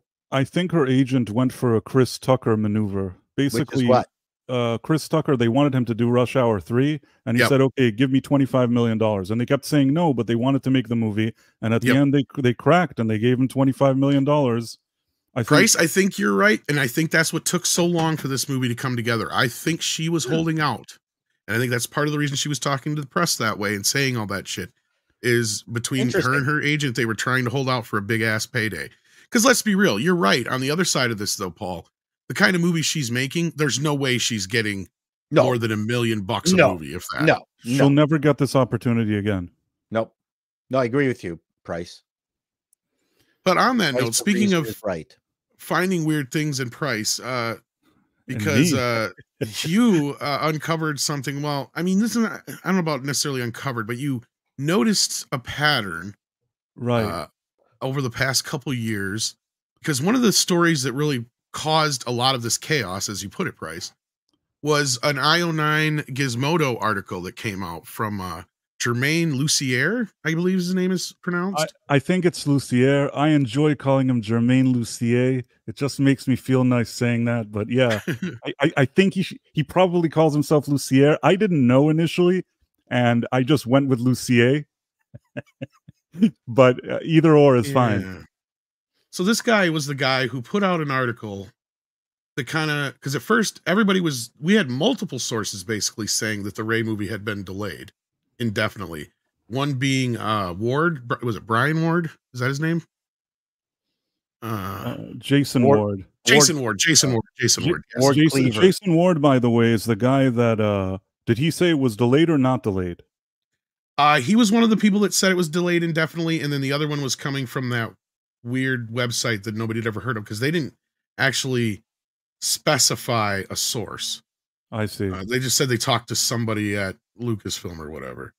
And then we also have the one with, and I believe it was the Jason Ward one, was what that said Steve Knight had quit, which is why it's been delayed. So that one also hasn't been confirmed yet. So right now, like, Steve Knight is also like Schrodinger's writer at this point. Because then I'm confused on this Sean Levy project. I'm like, is this the same project? Is it a completely different project? Because we're just learning about this. Are there another movie completely, or maybe he's the new individual that they just brought in? I'm not sure, but you wouldn't bring in another director since you already have a director, unless you're firing Miss Shabay Denoy. I mean, that could be another wrinkle. But anyway, about this Jermaine Lucier guy, because he put out this IO9 article. I was looking for the article and I can't find it here, so I was kind of stalling. But okay, I thought you were passing the baton to me. But what else? I am going to pass the baton to you. Actually, I'm trying to find. Here it is. I finally found it. No, I wasn't trying to interrupt. No, because this is the article in question. The original. Let me get this ad out of the way here. No, Ray's Star Wars movie hasn't been delayed, by Jermaine Lucier, or Lucier, as you say. So this is where the rumors started popping up that no, it's still on, it's still happening. But this individual has run interference for Lucasfilm before, you noticed. Right, and I'll explain just where I started noticing it. If people remember, when Gina Carano was fired, initially everybody was waiting, because it was a day that there were a lot of rumors, but everybody was waiting for some type of confirmation. And then surprisingly, out of nowhere, IO9 Gizmodo is the one that actually broke the story about her firing, which at the time was very weird that it wouldn't be a Hollywood Reporter, Variety, or one of those things. But it was, in fact, this guy, Jermaine Lucier, IO9. And even at the time when it happened, I thought to myself, why would they ever give this guy the story? I mean, nobody even knows who this guy is. Why did he get this big scoop? And not only that, the way the article was worded was very unfavorable toward Gina, meaning not only was there an announcement supposedly from Lucasfilm, but the way it was worded seemed very skewed in a very specific way. And it kind of looked suspicious to me. So I continued to look, and I said, I told myself, like a mental note, keep an eye on Jermaine Lucier. Now, a few weeks later, there was a situation where Cara Dune action figures on eBay were being sold. The prices were skyrocketing on eBay, because Gina had been fired, and I think they said they weren't going to make any more action figures. So there was a spike in sales in secondary markets. Suddenly, along this kind of, you remember that happened? We Love Gina Carano, and everybody was putting on all these pictures of her like online on Twitter that they have the action figure. Suddenly, at the exact same time, you have another article for Jermaine Lussier, where Jermaine Lussier basically says that he recommends that people buy posters of Ahsoka Tano, and he has a link where you can buy them. And I'm thinking to myself, this is so, I swear this really happened. I'm not making it up. I have a whole video. I did a whole video. Yeah, you have a video on this. Right. And we have a few other examples here. Like here's one for Indiana Jones. Yes. He was, and the way the article, it's not only the article, if you read the way they're written, they're not just to me, they don't seem like an objective person just telling the story, but it really comes from a direction that seems more aggressive, in my opinion. And as Andre pointed out in his recent video, he even did one recently running interference for Kathleen Kennedy herself. Right. And I had that clip. I mean, what happened was I started digging in. First of all, the first thing I did was I went to the StarWars.com website and I entered his name. Now, in the past, if you used to go there, an article used to come up and he was in the article. But later, after I started asking questions, they removed the article from the website. Sort of. I still am able to find it if it's I'm still able to find the article, but you can't search for it and find it anymore. If you feel like it, I can show you because I think this is a very telling article. Is there a way to share? Sure. Yeah, you can go ahead and share. Okay. Or I can. Either way. But yeah, this is the Kathleen Kennedy one we mentioned here too. Yeah. Kathleen Kennedy masterpieces ranked. And I know this is kind of a rabbit hole, but anybody that's listening, I'm telling you that this is totally a good rabbit hole to go through. Does she use a vibrator when she masterpieces? Oh, okay. So here you got this. Oh, no problem, Paul. That was a good joke. I think. In any That's case, what I'm here for, Price. That's the only reason I'm here. This used to be, if you searched on StarWars.com, Jermaine Lussier, this article would come up with a picture of him, an old picture of him celebrating at Star Wars Celebration. And he tells this whole story here about how it was pouring rain the night before. And he decided to wait all night in the rain outside the doors of the convention center. And there was a thunderstorm. And he ended up all in the mud or something. And it's a very weird story. I mean, this seems like a fanatic fan more than a journalist, if you get what I'm trying to say. Or somebody who's being fed information to get out ahead of or run interference for sure. But I'm just saying that initially, in order to find a person like this, who do you find? If you find a guy that was willing to stand in a thunderstorm in the mud for 24 hours just to get in to something that he already had tickets for, then it's probably a good fan. We've kind of gotten an insight into how these guys kind of think too. What was it? What's his face from Collider? Andre, help me out here. Which one is Jermaine? The one on the left. Which one in Collider? You have to give me more to go on. Ellison, was it? Like the one that was going... Davis or... was it Ellison or whatever? Who's like, I did everything I was supposed to do, and I still didn't get the fucking pass. Brain fart. The guy who was also a producer on He-Man for Warner. Oh, what's his face? It was Christian Harloff. Christian Harloff. Christian Harloff. Yes, that's the one. Christian Harloff. So... just to sum everything up, I also found audio recordings of him boasting the kind of relationship he has with Lucasfilm, and that I can play if you're willing to hear it. I know I played it for Tom, but I don't know if it's okay to play it here. Sure. Okay, so let me share it. This is him himself talking about, this is from my video from a year ago, where I found audio of him. So I'm gonna put that on right now. Sure. Tell me if you can hear it. Enter Jermaine Lussier, who I believe is in Godfather terms, Lucasfilm's very own Luca Brasi, if Luca Brasi drank soy milk and ate tofurkey. Furthermore, I believe that Lussier understood exactly what his position was, and that he was more than happy to push Lucasfilm's narrative, especially if it would mean they would continue to give him special VIP access to premieres, Star Wars cast and crew, interviews, and scoops. Why do I believe this? Well, sometime after the Gina Carano firing, Lussier did a victory lap on a podcast called ATG Cast with Pete Flutzer. In it, Germain Lussier boasts that over the years he's gained access to Star Wars cast and crew due to his special relationship with Lucasfilm. But I've sat in a room and talked to Harrison Ford. I've sat in a room and talked to Rian Johnson, Kathleen Kennedy, Lawrence Kasdan. You know, like it's really surreal to sit there. You know, it's like this, but we're in a room, and you're like, is this happening right now? Like, I cannot believe that I'm here. Even with all of this self-backpatting, Lussier tells the podcast that while breaking the Gina Carano scoop, he couldn't believe that they had actually given him the exclusive and not somebody else. I get the email, and she's like, here's our comment. And I'm like, and I did a quick search, and I'm like, wait, no one else? Oh my God, they gave it to me. And then I got it up. And, you know, like, and that's called me working my butt off ish, you know, to do that. And the only reason they answer those emails at all is because I've worked with them in the past. So, you know. And that actually seems to be the only thing that Lussier was right about. So that was that part. There's a lot of other things in this video, but if anybody ever gets a chance, I recommend it. But in any case, this guy, to say that he's a shill is an understatement. He seems very favorable, and I think that when somebody just gives him something to say, he simply says it.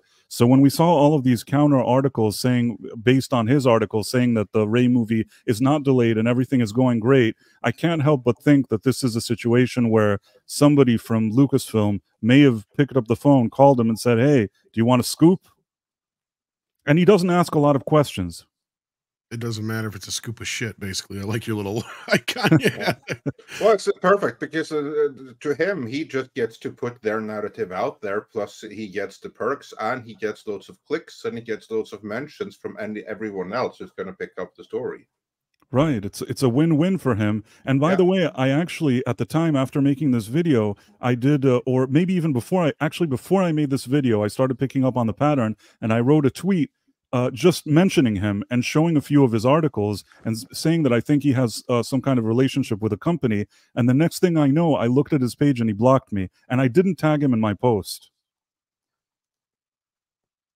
Interesting. But yeah, I thought that was an interesting revelation or discovery you had there, Price. And this is something you've been following for a while. As you said, the video itself that you put out was a couple of years old now, isn't it?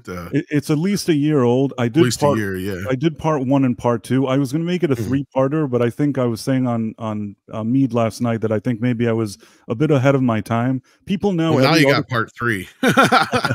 Right. Maybe this is the incentive to do part 3 because there's so much crazy stuff going on. But yeah, it's it was an interesting discovery you had come across there, and I thought it'd be interesting to kind of point out because it doesn't really help us get any more answers, but what it does is add another wrinkle to this mess, really. But it also kind of gives us an answer as to why there's so much chaos going on here, because you've got various people from various different places claiming that they have a source, right? And the thing that makes me wonder about this is, should we believe it? Because this guy clearly does have a direct pipeline to Lucasfilm. Yes. But is he just running interference for Kathleen Kennedy now is the big question, I guess, is on everybody's mind. You know, there's again in my second video, I noticed that there's certain people that he's following and are following him that again could shed some light on where these scoops are coming from exactly, even within Lucasfilm. But I don't know if I should say it or not. What's the worst thing that can happen? Well, it seemed like he had some. Again, it's on Twitter, you never know, but I had reason to believe that there was some kind of relationship or at least acquaintance with Pablo Hidalgo. That was my impression based on what I looked into it, which wouldn't surprise me if it were the case. But I just want to say that this is based on the findings that I had. I had reason to believe that. Yeah. Yeah, that's your interpretation of what you're seeing. I don't see anything wrong with that per se. I mean, the bigger priority should be for Disney to get their shit sorted when it comes to the future of Star Wars, and that's even a lesser thing for the company as a whole. Imagine if they spent all of this energy in actually making good Star Wars than what they've been doing with all this press and attacking fans and calling people names and internal politics at the company. What if they had just put all that energy into making one good Star Wars movie? Well, I think that these people find much more joy in just being nasty and horrible people, because that's what they are. Showing their virtue by attacking the enemy, because they're cultists. Yeah. So sorry to say that we're no closer to answering the question on whether or not the Ray movie is real, not real, happening, whatever you want to call it, or delayed. The news, anyway, I should say. Because the movie's clearly real. I will stand by what I said in the previous video that we released yesterday, or I think it was yesterday. Yeah, that right now we are dealing with Schrödinger's Star Wars and Schrödinger's movie. Is it dead or is it alive? Is the movie happening or is it not happening? I'd say that right now it's in a super state of both at the same time, and we're just going to have to wait and see what happens. Because I don't even think that they know. Not for certain. I think you have many competing visions and objectives going on behind the scenes at Lucasfilm. And we're just going to have to wait to see what happens. If you're a Disney shareholder, though, I think you would hope that they don't put anything out. Because everything they invest in is money they're not going to get back again. They're not going to get more subscribers on Disney Plus. They're not going to get any more viewers on anything with the current team in place, with Team Kennedy, with Hidalgo, with the story group. Anything that they do is going to be rejected wholesale by what little remains of the fan base. You need a major shake-up there before they can put anything out. And if they don't, someone else comes in later. I mean, just look over at DC and what James Gunn has to contend with all of the other movies that came out before he can come out, that still came out and did damage to the brand identity, and of course lost a shit ton of money. Everything that is put into production now is going to be just like that. So if they're clever, I mean, they should just put a clamp on it and not release anything more under Lucasfilm as long as it's run by Kathleen Kennedy, because it's all going to be disasters. You did bring up something there that I think is an interesting point. We aren't even taking into consideration how much money they've already sunk into this. See, we got to keep that in mind. Let's just say, for the sake of argument, you've had Damon Lindelof already work on this, and he probably got paid for it. How many other unknown writers that have worked on this that we don't know about? We got Daisy Ridley's payday that probably has some sort of pay or play deal involved. She may not get the full $12.5 million if they don't happen, but I guarantee you she got some kind of sign up bonus, and she'll get something if it happens one way or the other. Maybe so 50%. 50%. Exactly. Either way, even if it's 30%, what have you, 25%, it doesn't matter. Point is, how much money is already sunk into this thing? Like, I'm wondering if they have to make it just because of how much money is sunk into it. Kind of like with The Exorcist. That is really shitty business logic, if it is. I mean, it is, but it's what happened to Superman and Exorcist now. So yeah, I know, but that's the problem. That's how you lose money. It's a reason why you have the whole concept of sunk cost, and that is to prevent you from throwing good money after bad. Just accept that the money that you've already invested, it's lost. It's gone. Best thing you can do now is take what money is left and try to focus that on something else entirely. But the more money you are throwing after something that can't be fixed in order to fix it, that's just more money you're going to burn. Yeah. Well, I mean, Paul knows this. You're from the world of IT. How many projects have gone to hell and how much money has been lost because some people tried to salvage what had already been invested? Oh, I mean, just in the IT business, that's, there's two ways to look at it. There are some projects in IT that are created to never end, just because ending it means. Okay, I'm not talking about projects which were meant to end, but they made a critical decision early on, and then it's a matter of how long do you want to go before you realize this is never going to work. Just end it, write it off, and move on and do something else. I mean, how much money has been lost because they didn't make that decision early enough? Well, that's an upper level manager that has to make that decision. The middle manager is going to keep that job going, because they're afraid that whatever they've created is not going to be in spec. So that it just goes. I mean, you need good management at an upper level to stop these things. Exactly. You need someone to come in and take responsibility. Correct. And realize that this ain't working. We are never making money off this. You have someone else further down whose interest it is just to keep on burning money, but the people that are the ones that ultimately have to answer to someone. At some point, they have to step down and stop this madness. Well, unfortunately, there's no one in Disney to do that. And not that I'm at that big a scale, but when we managed our own, we had our own content management system for decades, and I was shifting it over. I made the decision to shift it over from Microsoft to Linux, put in $50,000, which for our company was huge.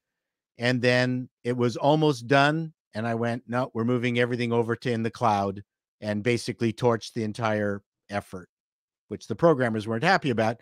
But I realized what the future was. And I thought, no more money. $50,000 was going to be it, because this wasn't the future. And I'm telling you, it was painful. Yeah. And Hello Computer sends in $2 and says D+ doesn't even know if Ray is delayed. Yeah. Nathan Housley says IO9 has been used as an attack dog by publishers and other entertainment industries. Yes. I've noticed that for other things as well. This is true, I guess. Jason Webster says, ain't Ray a sunshine till KK's gone? Ain't Ray of sunshine till KK's gone. She's been at Lucasfilm too long. Yeah, I figured it out halfway. Boom, boom, boom. All these clever commenters you've got. And now that you got me singing, Hyperguyver says, butterfly in the sky. LeVar's ancestors were white. Take a look. It's in a breeding ring. It's in a book of breeding ring. Did you guys see this shit? So Kunta is white. Yes. Yes. Well, saw him on. He's going to have some white ancestry. Do you hear that, Kitty? You half white.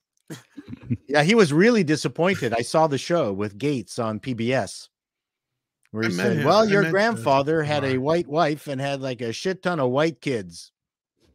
What? Oh, so it wasn't. Oh, because I think that he wouldn't have minded if it was like the Kunta way that he got like white into him. But if it was like, oh no, this was actually a perfectly consensual, happy intermixed marriage, that he might not be too happy. Potentially, well, his grandma was like the second family or whatever. But like, yeah, what it turns out is like his great grandfather was like a Confederate soldier who ended up turning later in life and falling in love with this black woman. It ended up being his like great grandmother. That's a movie that should be made right there. He could star in it. My favorite, just to derail this thing further, one of my favorite PBS Gates show, what was the name of it? Searching for Your Roots, was a very activist black actress. He said, turn the page. What do you see there? Shit, my relatives had slaves. Yep. He was a plantation owner. And she went, oh, she was mortified. It was a fine moment, let me tell you. What was this plantation? Was this a white or a black? No, black. They were black. Yeah, that's what I mean. This is something that's forgotten, but there were a ton of black slave owners. Yeah, not a ton, but hers was one of them. Yeah. Not to mention a lot of the people involved with the actual procuring of slaves. Well, that's another thing. That was the ton. That was the ton. Exactly. That's what I was getting at. But you know, the funny thing is now I'm not such a racist for naming my cat Kunta Kinte. Now am I? Ha. Yeah, but putting him in braids, yes. Well, he's on that. Well, I don't do that. The only thing I do to him is when he's on a leash, I call him Toby. That reaction was right up there with the Antiques That was a Roadshow. goddamn good joke, and you passed right over it, Paul.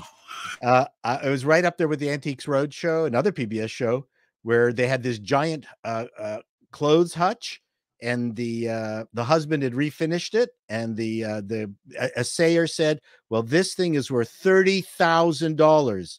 But if you hadn't have refinished it, it would have been $3 million.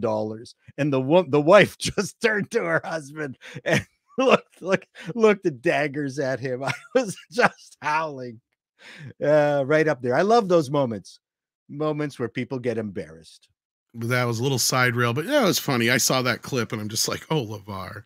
I actually met LeVar at the Star Wars celebration. He's really nice. His daughter was actually quite quite nice. He looks and quite fetching in the white beard. he's very small. Is he? He's quite small. Yes, like because I'm only like 5'9", and he's like here on me. Well, Sylvester Stallone is shockingly small. That's what I've heard, and he claims to be 5'9", but I've heard people. Oh no, just said he's more like 5'4", 5'5". Yeah. Yep. Yep. Because Cher's pretty small. He isn't even as tall as he looks compared to him. Like a lot of stars are short. That's just, goes with the. There's certain traits I've noticed about stars. They're generally short. They have wide faces, and they have a small body, usually compared to their head, as well. Like this is a common thing amongst them. But anyway, what were you saying, Andre? I'm sorry. Yeah, and a big head. Yeah, well, that's what I'm saying. Yeah, a lot of a big head for many reasons. I call it the Q-tip syndrome. That they just have they have very large heads, and I spent time in Hollywood, and when I was always shocked at how aggressive their facial features are. Yes, in real life, and then it gets flattened out a little bit on film, but it's almost as if you need those aggressive facial features to just look kind of normal, to register and look normal on on the movies. It's one of the reasons I never became a star. He was a really nice guy when I met him, and like I said, his daughter was even more nicer. But because I even asked him about interviews and stuff like that, she's like, "Yeah, he doesn't really do them too often, and all that kind of stuff." And when he did you ask him if he had a white wife? No, but I believe he does. Actually, if I'm not mistaken, but I'm not sure. Yeah, but let's move on here. Let's move on. Mr. Tickle Trunk is in his house, sending in Canadian 10, and says, "I recently rewatched a weird indie movie called He Never Died, starring Henry Rollins. Never heard of that one. Interesting. I'm familiar. I haven't seen it. I figured you would be. Yeah, big fan of Henry Rollins. Actually saw him live about 1 year ago from now. Even better than I remembered because of today's movie. Because of movies today, action, very dark, humor, obvious twist, but a lot of fun. Is it a good movie? He Never Died, Andre? Again, I haven't. I have it. I know of it, but I actually haven't. Oh, I thought you said you haven't seen it. Okay. Yeah, gotcha. It was good enough to get a sequel, or certainly it was successful enough to get a sequel. Well, and I get what you're saying, Mr. TT, because this happens to me more often than not. Like, I just watched Rambo 3 the other night, and I'm like, God, this movie is so much better than I remember it being, really? just because of everything being so shit now. But I was also having fun with it too. Like, there's a clear, obvious, just like 80s isms in it and stuff like that you can just kind of laugh at. But yeah, no, it happens quite often. I am concerned about the audiences being bludgeoned by mediocrity, and then going, it is a problem. That my gosh, that Ray movie was brilliant. Well, right? No. Well, can you kind of, considering like some people used to say, like, for instance, here's an example. It's a Wonderful Life. People panned it when it came out. It flopped at the box office. Yeah. And it became popular because they showed it every holiday on UHF channels and stuff because it was public domain due to the loophole in the copyright law for years. But people consider it a classic now, and it's a great film. Yeah. Was it because of the mediocrity in the 70s and 80s, or was it just that good of a movie and overlooked? It could be the same thing here said about a few things. I'm not going to go that far about Rambo 3, but I'm not going to say there weren't some overlooked gems of the past either that we may need to revisit that didn't necessarily get attention. Yeah, I don't know if Highlander in its present state, if it was released now as a brand new film, would go very far. Well, it's interesting that you just brought that up because you are perfectly segueing into our final topic of the day. And that is Chad Stahelski of John Wick fame will be overseeing Highlander and John Wick franchises for Lionsgate. Yeah. Now, this is a pretty big move, Andre. Can you explain to the audience why this is a big move for Lionsgate? Well, there are a couple of things. First and foremost, it means that Lionsgate, they now have a couple of big brands, because we always used to refer to Lionsgate as the bomb factory. Yeah, the canon, the brand new canon. Kind of, but now they're kind of like doing what Disney did right more than a decade ago by getting a proper brand manager to oversee their brands with the future. So you obviously have John Wick, which is already a very successful franchise, and they're obviously not going to stop it anytime soon. But this is the guy who's also going to bring back Highlander, and they're evidently very optimistic about that. Biggest point, though, this is someone that has success in bringing things to a big audience. He has his own style, he has his own voice, audiences respond to it. I'm very excited for the prospects of this, because basically this means the Highlander cinematic universe and the John Wick cinematic universe continues. So yeah, before we lose you, Paul, because I know you got to be leaving us pretty soon, what's your reaction to this? Now, this, of course, would be the new Highlander film starring Henry Cavill as Connor MacLeod, and you just recently saw Highlander for the first time. So I'm curious your thoughts on this. Oh, he just stepped away for a moment, so he'll be back. Price, what's your reaction to this? Are you a Highlander fan, John Wick fan? Do you think this is a good move for Lionsgate? I'm a bigger Highlander fan than John Wick fan. I like John Wick, especially the first movie, but I think that the sequels, some people were more excited about them than I was. But I think it's well made. It's certainly, there's much worse things going on than the John Wick franchise in entertainment. And this guy being in charge of Highlander doesn't sound like the worst thing that could happen with Henry Cavill starring. You can only argue does he have too much on his plate right now? But aside from that, I think that if he can handle the workload and put the right people around him, this isn't the worst thing I've ever read.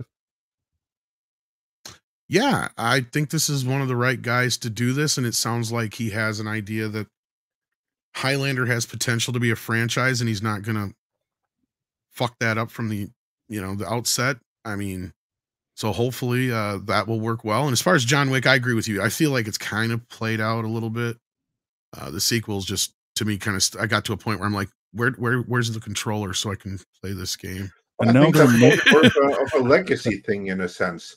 That's kind of like where he started out. He's always going to feel that he's not going to want to let anyone else take control over that. So if Lionsgate decides we want another John Wick, all this means is that he's going to be the one to do it. But probably he could be ready to I want to do some other stuff. I only do this if Lionsgate really demands it. But chances are his sights right now are on bringing back Highlander and making a proper franchise out of that. Although, of course, I would love for him to put some more attention on Streets of Rage as well, because we haven't gotten an update on that in a while either. Which is also, is that over at Lionsgate? Yeah, it's Lionsgate, and it's this guy as well. It's, if memory serves. Oh yeah, I remember now. Yeah, you're right. So yeah, maybe that's part of this deal too. But yeah, no, I think this is a good idea for Lionsgate to finally start to get some brand managers involved with what few brands they have. They don't have a lot, but they do have a few. Highlander being one of them. John Wick. They also have the one that just came out this year, the prequel, The Hunger Games, and they have the Saw franchise.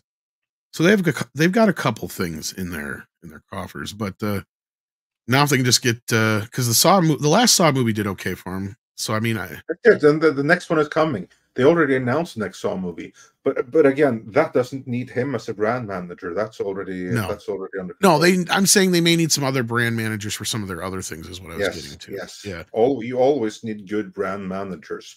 For every entertainment company or entertainment brand that goes to hell, it's because it doesn't have a proper brand manager. I mean, just look, for instance, at the Lord of the Rings, rather. It was the moment when Christopher Tolkien was no longer capable of overseeing the whole thing. That's when it went to hell. It was the loss of the brand manager. I'm trying to think of some of the other stuff they own. I know they've got a few not necessarily own, but that they lease and it's under their control. Yeah, I mean, they've got a few smaller things. Twilight's another one that's a big one underneath their purview right now. I wonder if in Highlander will they have... I hope that they don't follow the exact story of the original movie, because I think that the original movie set it up in a way that was more difficult to make sequels for. I would hope that there's a different vision for Highlander in general. I guarantee you there will be. Actually, in the words of Nelson Peltz, I'm glad you asked that question, Price, because actually he's talked about this already, Andre. Chad has. Oh, okay. And he said he's going to treat this more like a prequel in a sense to the story that we know. So this isn't going to be a direct remake of the original films. He's keeping, like I said, in mind that this is going to be a franchise, so they didn't write themselves into a corner like they did with the first film. Right, because we don't want to see The Quickening Part 2 or whatever that thing was called. Yeah, Highlander 2, yeah. The Quickening? That's what it was, right? Yeah, and we were joking about this yesterday. Lance Corporal Waffles, who's been a member for 8 months, thank you so much, says John Wick versus Highlander. You're welcome. You know, it's not a horrible idea. I mean, John Wick could pop into the Highlander universe. But I would not be overtly surprised if that at some point were to happen. Even if it was just a little wink, wink, nod, nod, nudge, nudge thing, I wouldn't care. But I don't want something that's going to be ultimately distracting, because I love the fantasy, the lore, because Highlander feels like one of those natural things that just kind of sprouted out, but it always also feels like it's something that was always there, kind of like an Immortal in a weird way. You know what I mean? Because that first movie just kind of came out of nowhere. It wasn't a huge hit here, but eventually grew momentum. And then, as you said, Price, that sequel was notorious and still is for being one of the worst sequels of all time. And the franchise was pretty much dead until that TV show revived it. And the TV show had more success than I think the franchise had ever had to that point. And it built this huge fan base. And the fans have been let down quite a bit by the amount of sequels and spinoffs and things that we've gotten over the years. I think this franchise needs to be taken seriously. I think this is the guy to do it. I think Henry Cavill was an inspired choice to take on as the lead. Sure, and I get it. And I agree with people in the chat. He's not a Connor MacLeod type, even though he's playing Connor. But don't be surprised if they don't kind of combine Connor and Duncan's attributes into one. At least he doesn't have a French accent. He's from lots of different. Actually, he's an American. Was originally born in the United States and raised in Switzerland. So, yeah, but so now that you're back, Paul, because you just saw the first Highlander, what's your reaction to Chad Stahelski taking over both the Highlander and John Wick franchises? Well, I mean, all I can do is comment on the Highlander part. I mean, obviously, he'll have enough people around him that he doesn't stretch himself too thin, which is always a concern. I think Wick has kind of run its course. We'll see, but I agree.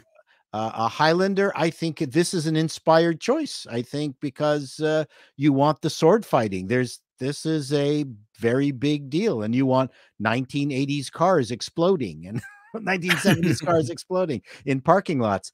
If they did a 1-for-1 remake of it, but with modern technology, and make it look less like a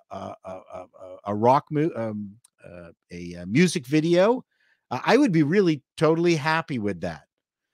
Well, I think you stepped away when we were talking about it. He isn't actually doing a 1-for-1 remake. No. I'm just saying, that would be fun. No, I think he's the perfect choice. It's a guy's movie. We don't want someone Disney-fying Highlander. Right. Well, and if they're listening, if anybody's listening, Chad, get Antonio Banderas to play Ramirez. Please, oh yeah, love of God. It would be perfect casting, because he basically says wink, wink, nudge, nudge to Zorro as well, right? Like, so yeah, I think you need a Scotsman to play a Spanish guy. Fuck it. Let's just dig up Sean Connery. Sean Connery was good, though, even though he wasn't Spanish. I know. Spanish peacock. He was great. Look, he was great in the diaper. I just love the man. I'm a Spaniard. As the castle is coming down the around French him. guy playing a Scot. Swiss. It's American Swiss. Oh, was he? I thought he was French. Okay. No, I thought he was Lambert. I looked him up. He was raised in Switzerland, which has all those languages. See, I know a few things about him, but I don't know so much about his past. I know he barely speaks English. Yeah. It says he's a French actor when I Google him. I was going to say, yeah, really? at least he got his fame he was in French films anyway, at least. Yeah, I think so. Paul's probably right. Paul is right that he was born in the U.S. It says that he was born in Great Neck, New York, but based on his accent, he didn't live long at Great Neck, New York. Well, he's from lots of different places. Right. But I think this is good. I mean, this guy's good looking. He could play the Spanish guy. Almost, but like just to me, Antonio Banderas. Oh, that would be cool. It's like okay. Paul was right. I mean, he was born in New York, then they moved to Geneva, and from Geneva they moved to Paris. Well, and what's funny also about Christopher Lambert, he's been blind most of his life. Like he's legally blind. Wow. Really? Yeah. Like he could have been in Echo. Yes, he could have. Well, not Echo, but whatever the equivalent is, Dark. I guess I don't know. Her father. Her father's blind and she's deaf. That's weird. But yeah, because he almost killed a couple of the actors making those movies because he would practice with his glasses on and he had these extremely strong glasses. And then as soon as they'd start filming, he'd take his glasses off. And yeah, like Clancy Brown was talking about how he damn near killed him a couple times. Wow. Yeah. So basically the opposite of Satoichi. Like he's blind, but he can't fence. Yeah, do a search on Bubbles. You'll never get him. But like now his sight is like almost completely gone, sadly. But yeah. Oh, poor guy. Yeah, I know. But yeah, no, he did the best he could, surprisingly, with it. But before we lose you, Paul, because I know you said you had to run here on us, so we got at least one, I think, super chat for you here. Scarborough sends a $9.99 and says the soiling that Chato talked about I refer as organizational feudalism, if I could speak. The managers are feudal lords afraid of losing power and influence, and an ineffectual king cannot get them in line. This is true. And I think he continued. I think this might be a continuation, if I'm not mistaken.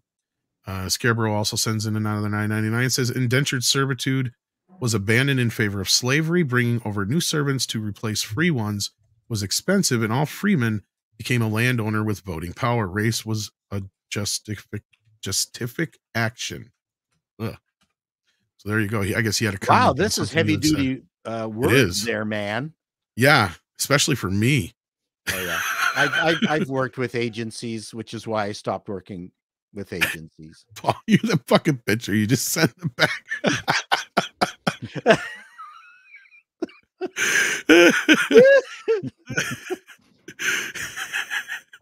Anyway, I love you. I'm not even gonna. No. Sorry, Scarborough. That is my fault for looking at something Paul posted in the background here. But yes, this is a very wow, you got a lot in this $20, man. Yeah, man. And this $10. Yes. Well, between the two. Yeah. Oh yeah. Yeah. So thank you for the support. And yes, interesting point you made there. It was actually something when we were developing websites, when it was not a big deal and companies did a lot of trade shows and already had their advertising budgets laid out, I would literally have the president walk into the marketing department and say, okay, we're going to be building a website. Paul Chato is going to be building it with his company.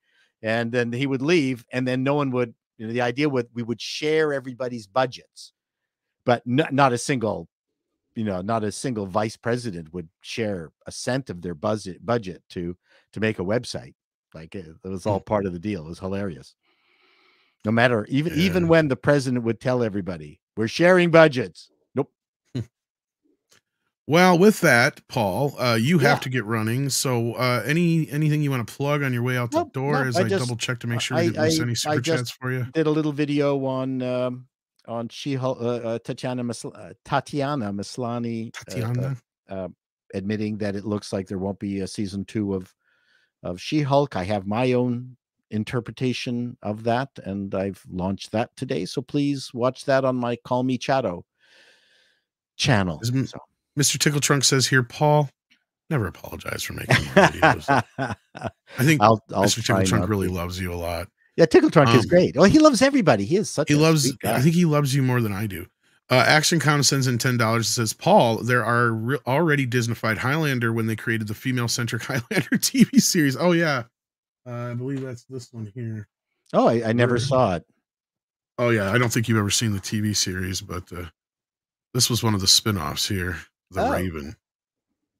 I believe that's what he's talking about. Oh, she looks good. Starring an actress, only qualification was that she bonked Bill Clinton. What the hell? Predictable.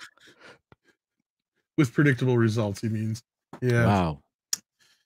I think he meant boinked, but we have to use the right Bonked, terminology. Boinked. Yeah, but It could thank be you for from that. another country. We appreciate that. So yeah, Highlander already tried the woke thing years ago. Well, just swapping out a woman for a man is not necessarily actually woke. That series made sense at the time, and I'm not trying to stick up for how bad it is. It is not very good, but it made sense because they knew that their audience was largely women, but they made the same mistake that almost every franchise has made now. But they were doing it at a time when everybody else hadn't really been doing it besides like She-Ra. Well, look at what they did with Relic Hunter and Tia Carrera, right? That was actually technically a race and gender swap of Indiana Jones, although it's a completely different show, but it was a ripoff of it. But that was great cheesy fun, that show. Yeah, no, it wasn't really technically woke. So don't get me wrong on that. It's just, So I mean, it was like Relic Hunter woke just because Tia Carrera was the lead. Is the next Karate Kid considered woke? No, but there was this era. That's why I've said before, when they're acting like they're breaking new ground or going through these glass ceilings or whatever it is they're trying to say, it's like, the fuck you did. This shit is nothing new. We have had this shit for years. In fact, one of the most popular things I remember back when I was younger was they would do the gender swapped Odd Couple. Once in a while, you'd be able to go find and go see. And this is just a normal thing you would see from time to time. The Wiz is another example of things I bring up. And one of the reasons they went with Tia Carrera for Relic Hunter is hot babe. So that is obviously anti-woke to begin with. Look what they're doing with speaking of Relic Hunter, the video game girl. Lara Croft. Lara Croft. Look what they're doing with her. They're just, Yeah. Speaking of Zorro, because I brought it up a little bit ago. That's right. Paulie's going to be doing a Zorro watch party for the new TV series. That is fantastic. Indeed. And this stream is going to redirect to it. So go check that out. I hear those Zorro television series is very good. Yeah, it's just it's a new Spanish series. I look forward to it. We will find out. Yeah. We will find out. I saw here's from it. If you can't get Antonio Banderas, Tennille, I agree with you, Gerard Butler, but he might be almost better as like the Kurgan. Oh, is Zorro and then Skeet Ulrich is a JFK. Okay. Yeah, I don't know about Skeet Ulrich as JFK though. I don't know where you're getting at. I think he's older now than JFK ever was. That's sad. Yeah, when they first said Kurgan, I said, I am a gherkin. I went, you're a pickle? What? Okay. I'm Candy. Of course you are. That's right. I'm a pickle. Anyways, gentlemen, please. Yes. We got more super chats. We'll get back to him as soon as Paul gets his exit. No more for me? None? No, I think we're good on unless I missed one here. Okay. Thank you very much. Price, a pleasure. Tom, pleasure as always, usual. Andre, nice to see you, Paul. You're wonderful and handsome.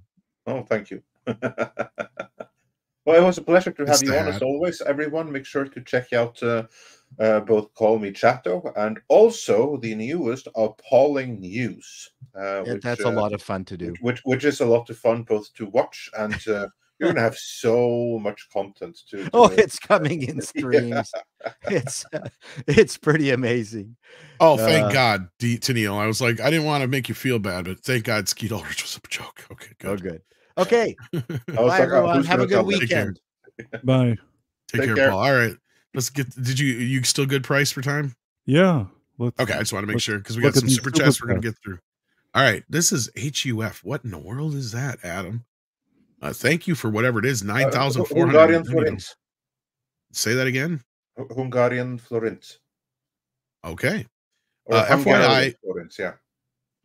Queen Rock Montreal is in theaters this weekend. A digitally remastered version of the 1981 live concert for the first time in IMAX quality, including 12-channel surround sound. I'll be watching this with my son tomorrow. Wow. Awesome. Fantastic. I wonder if that's getting released here in the US.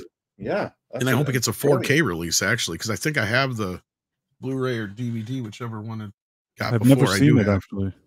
I have like almost every one of their concerts that's been released. They actually have quite a few, believe it or not.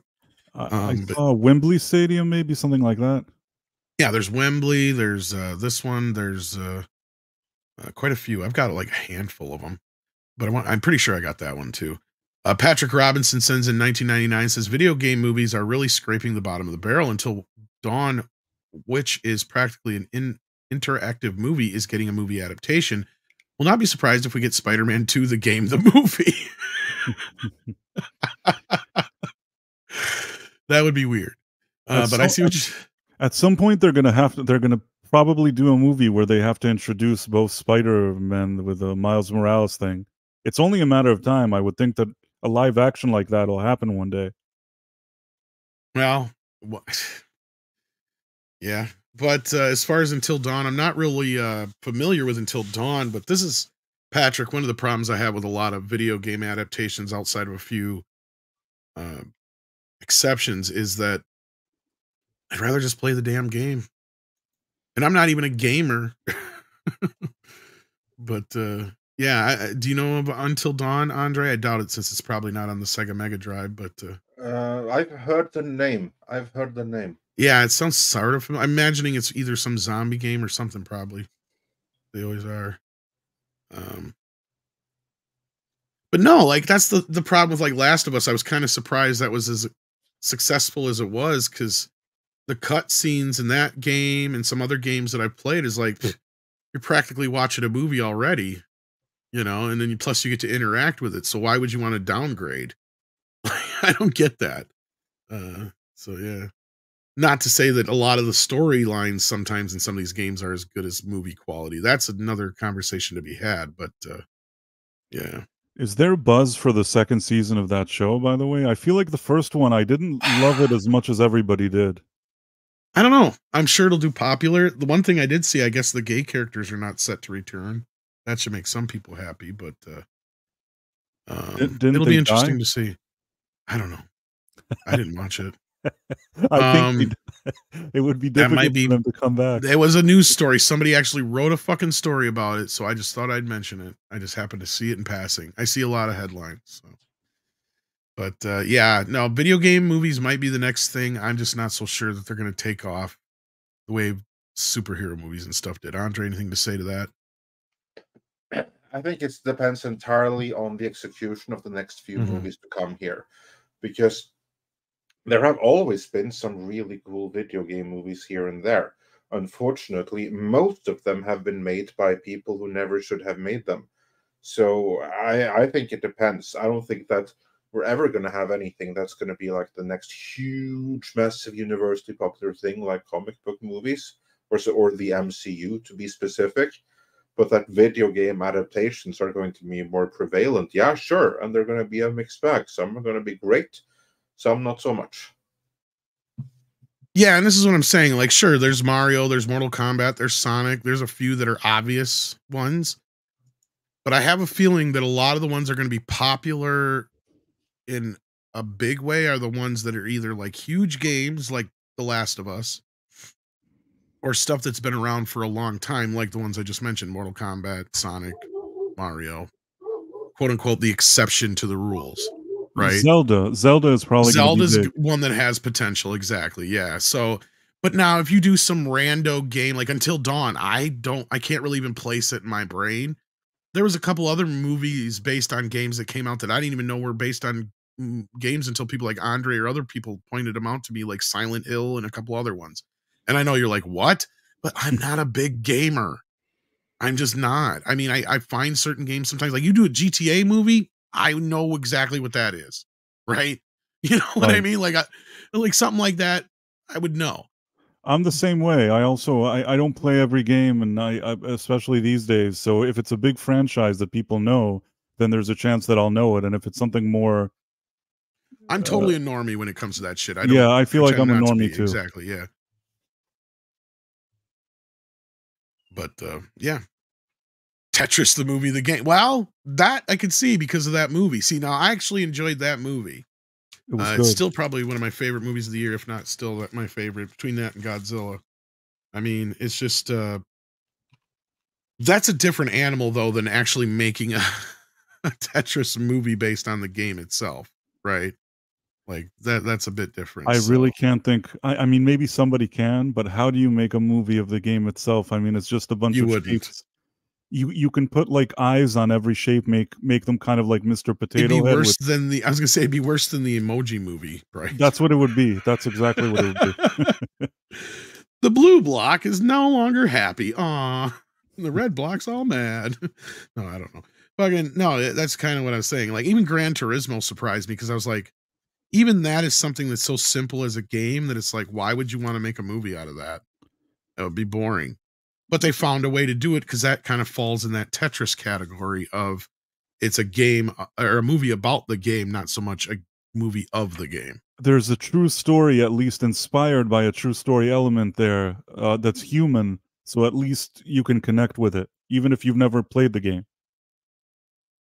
See, and this is kind of a different category all on its own. This is a new biopic that's been sprouting up ever since The Founder, the McDonald's movie, where it's the product biopic.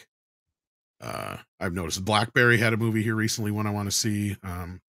Some other ones. There's the Flaming Cheetos movie that Paulie knows about in the chat if he's still here. Facebook was sort of that social network. Actually, you're right. That was probably the first one. You're right. Right. Price. That would probably be true. Yes. And David Fincher did pretty good in that movie. I like what he did there. Yeah, yeah. I can't stand that the people it's about, but it's a very interesting movie to watch. True. Indeed. So, Andre, anything to say on that or no? No, not really. Not as such, no. All right. Jesus Davila gifted a membership. Thank you for that, Jesus. We appreciate the support. Chaos Sonic. Okay, sent in one here. Then sent in one. So I'm going to read them all together here before we comment. Chaos Sonic 1 sends a $9.99, says, heads up, best to lower expectations on Deadpool 3. As of one of the writers is Zeb Wells, the writer that cucked Spider-Man comic going on, and one of the writers of She-Hulk. And then he says, sorry, autocorrect on the phone is bad. Trust me, I understand that. I have that fucking same problem with a brand new phone.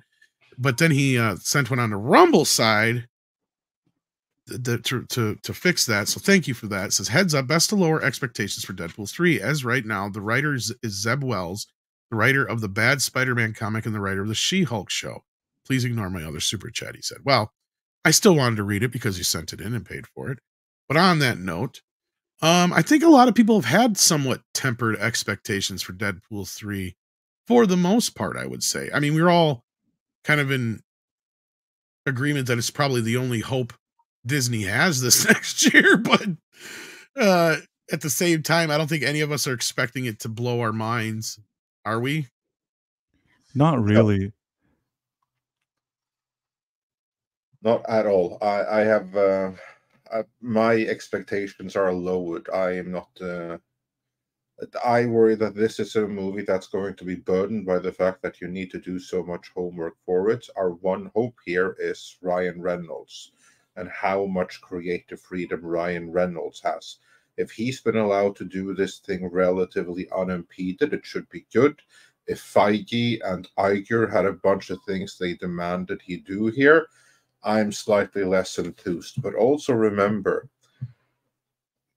Ryan Reynolds had loads more influence in the second Deadpool than he had in the first. You just stole my point. Yes, thank you.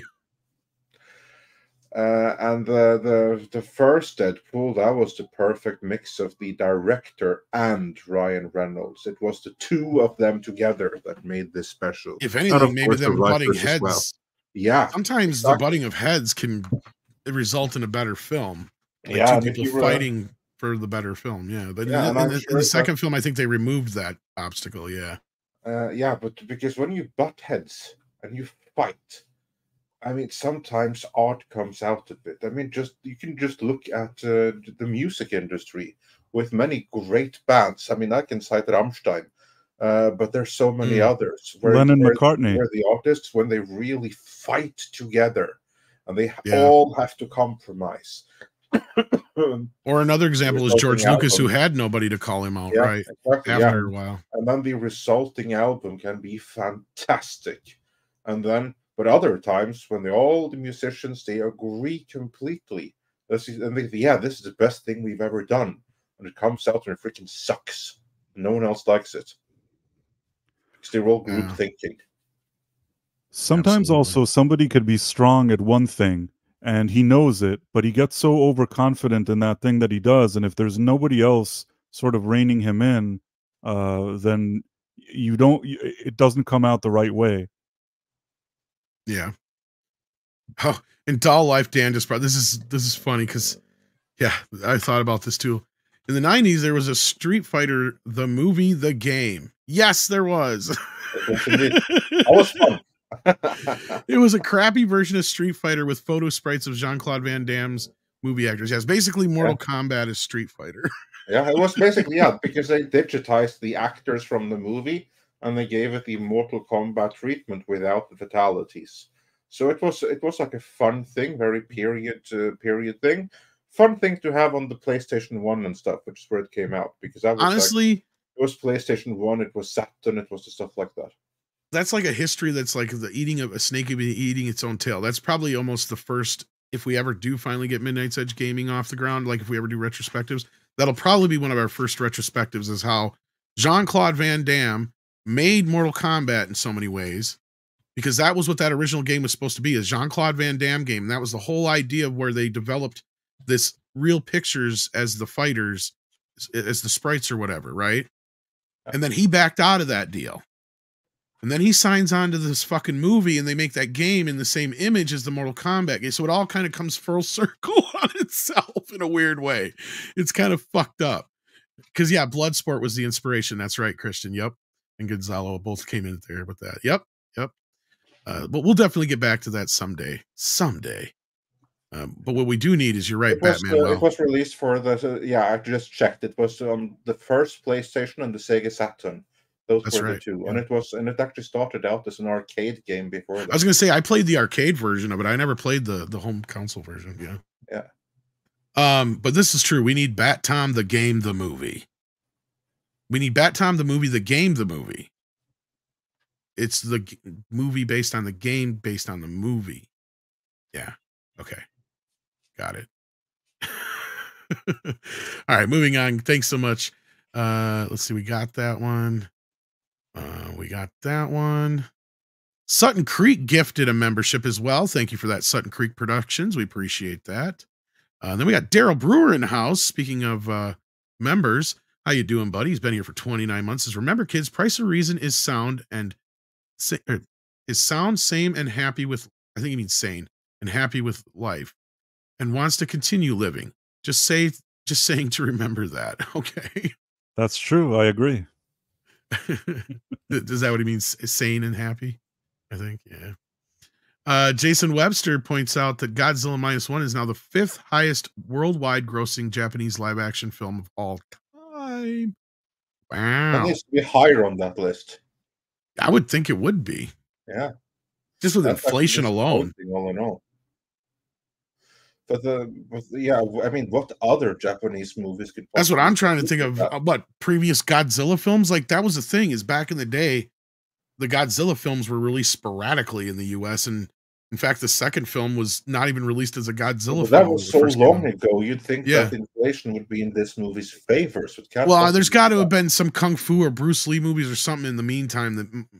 But no, those are Chinese. So yeah, those are Chinese. So no, yeah, you're right. So like, what the fuck else has Japan done? What the hell else could there possibly be? Anime? Maybe? Is there some anime films that maybe Akira or something like that? So I can maybe some Studio Ghibli films, perhaps Hidden Fortress or something. I can't imagine otherwise. Yeah, maybe some of the. Yeah, I suppose it could be, or that, or because even the Kurosawa films were so fucking long ago. There's no way inflation would have caught up with them. Maybe Ran. That would be one of his latter ones. That's the only other one I could think of. How did that do at the box office? I think that didn't do very well, though, I thought. But it's a damn good fucking movie. Anyway, Akira. Yeah, you're probably right. Akira. What would they consider Pokemon? I was just going to say Pokemon. Yeah, Demon Slayer was another one that come out like a few years ago. It has to be stuff like that. I can't imagine. I would imagine so. I didn't look it up right now, but considering what you guys are saying in the chat, I bet that's the case. So yeah. And then an update on Chaos Sonic's Rumble rant chat. He sent in another Rumble chat here. Let me bring it up on stream. He says, Chaos Sonic says, I have a personal grudge against Zeb Wells because Zeb was the one who made Spider-Man a cuck in the mainstream comics and ruined his life because he is a white guy. So he's the guy that did all that stuff. I see. Well, so he would have come in and ruined the, was he also the guy who ruined the Mary Jane wedding bit? Yeah. There are so many writers that have ruined so many things. I can't keep track of them all. That's my problem too. Right. I can't remember this one, but its name sounds familiar. I've probably seen it on something bad. Yeah. Demon Slayer made 5. Okay, yeah, that makes sense. God, if they'd have just released Godzilla in a much wider, bigger way, could have kicked the shit out of Demon Slayer. I'm sorry. It could have. They got to be kicking themselves in the ass right now. Gotta be. Daryl Brewer, thank you though for that. And we got that one. So we got Jason Webster's. Okay, here we go. We're caught back up. Pinochet's helicopter tour sends in $2, says LOL, too big to fail, aka sunken cost fallacy. Well, if you're talking about the Ray movie, I never said it was too big to fail, but I did talk about the sunken cost. But if you're talking about Disney or ESPN, they're worth more to somebody in some way to where they're not. This is the same thing with almost every studio, right? Because even like Warner Brothers and Skydance are salivating to get Paramount. Even though Paramount is literally like a fish flopping on the fucking deck at this point, grasping for air, right? They literally are. Like, if nobody does anything and just leaves Paramount alone for like the next year or two, they would probably just file for bankruptcy and go into obscurity. That's how sad it would be. Because they are running with nothing. They have nothing. They've made no movies that have made any money since Top Gun. Mission Impossible failed so horribly that I guarantee you that cost them dearly. Because of the amount of money they sunk into that bitch. So it's no wonder that Tom Cruise is jumping ship. I mean, he still technically is working for, but you know what I mean? Like, he's setting up shop over at Warner Brothers. Something's going on. I guarantee you within the next few years, Paramount won't exist as its own entity, just much like Fox doesn't exist anymore technically. So if that's what you mean, Pinochet. But anyway, Kalekioki sends in $5. Says, off topic, rumors say Aquaman 2 may break even. You guys think that's possible? Fuck no. January and February don't have much coming out. Just curious. Well, it'll be on Here's video. The thing, though. Yeah, there's in less than a month. One is that you're going to have a bunch of pundits and entertainment journalists and stuff like that who don't understand the box office, who's going to say it has broken even. And I'm going to tell you exactly what they're going to do. They're going to look at the listed production budget, and then they're going to go and look at the box office, and when they have box office, and when they like mature sufficiently, and they're going to say, oh, now it has broken even. What they're not going to do is take into effect all of the reshoots, which means that the total cost of the movie is significantly higher than the listed budget. And then they're going to do, so that's the first thing they're going to fail to take into account. And then they're also going to fail to take into account that in order to break even, the actual box office tally has to be 2.5 to 3 times higher than the actual production cost, rather than the listed budget. Because of those things, you're going to have some people that's going to say it's going to break even, but in reality, no, it's not going to break even. Plus, it took 3 years to make this thing. I will say that the movie is actually doing far better than I anticipated, but given what it cost, it is not doing well enough relative to the cost that went into making it. The return on investment is 0. I actually expected more out of the general audience, because I expected the general audience not to be as caught up in the drama. Well, the movie is it's kind of entertaining. I mean, it's mostly doing okay, but it's doing better in places. I noticed where I wondered, because I looked at the box office, because it's doing much better internationally. And I got to imagine in most places outside of like the US, the UK, Australia, Amber Heard ain't much of a thing. Like, they don't even know, don't care. Like, for the most part. So like, I think that's part of the reason it's probably playing well. And not only that, they're probably not keeping up with a lot of the changes that are going on. To them, it's just another movie to go see, because To us, it'd be like Godzilla -1 coming over. Now, I'm not comparing the quality of the films. I'm just saying, to them, it's like a novelty of, oh, let's go see the new American film, Aquaman 2. We saw the first one, right? Yeah. It's also, it's not offensively, it's not a good movie, but it's not offensively bad. Exactly. Aquaman 2. Exactly. There's nothing offensive in it. Unless you have paid attention to the Amber trial, if you're just looking at the movie itself, there's nothing offensive about it. But it's pretty much dead in its run because they just announced the Blu-ray yesterday, and it comes out in the beginning of March, I think it is. So that means within the next 2 weeks or so, it'll probably be hitting streaming. I'm surprised I haven't heard the date yet. Normally by now I have. It might even be by next Tuesday because the Marvels and a few other things already have hit streaming. So, that's the other thing that they're not taking into consideration, Kalecki, and we got to move on here, but this is something that Culture and I brought up, and I think Valiant and others have, with this new way that they release movies so quickly to streaming. The studios used to get, the way it would work out is the studios would get the lion's portion of the box office the opening weekend. And Disney was one of the more notorious ones for getting like 60 to 70% of the box office, actually, which is quite a big share of the box office. But then as every week goes along, they get less and less and less, to the point where by the time you get to 5, 6, 7 weeks out when a movie's released, the theaters are getting more money and the studios are not. But now what the studios have done since COVID is they've turned around and they've started releasing these movies on streaming within 36, 45, or 90 days of when the movie comes out. And why those specific windows are important is if they release one of these movies on streaming within that 36 to 45 day window, guess what? They forfeit anything above 50% that they got on those opening weekends. Does that make sense to everybody here? So like, instead of getting the 60 to 70% break that they would have gotten before, they're literally getting only 50-50 across the board for that opening weekend, and then so on down the road. And what pisses the theaters off now is when they release those on video on demand, that takes away the screenings from the theaters, who normally would get more money from those screenings. So now they're getting upset on the other end. Now, movies like Top Gun and Barbie and certain other ones that held off for that 90 days, those deals still stayed in place. So Warner Brothers, for instance, got whatever deal they made with the theaters for the opening weekend of Barbie. Had, say, they made a deal for 65% of the box office. That deal was still in place because they managed to keep the movie off streaming for more than 90 days or whatever it was. That's how that works. It's a weird window now compared to what it used to be. But it's strange for somebody like us who've been around for a long time, because the way these movies used to come out was, the movie would come out, it would have a run in theaters for roughly about 2 months, and then it would go to secondary theaters, which are like small town theaters, or these $1.50 theaters or $2 theaters you would have in bigger cities and stuff like that, discount theaters and malls and stuff like that. And then finally, after about 6 months, it would hit video, and this all depended on its box office. And then a year after its release, it would hit like HBO or Showtime. And then 2 years after it was released, it would hit network television. They've killed all those ancillary markets now. So like, this is where we're at.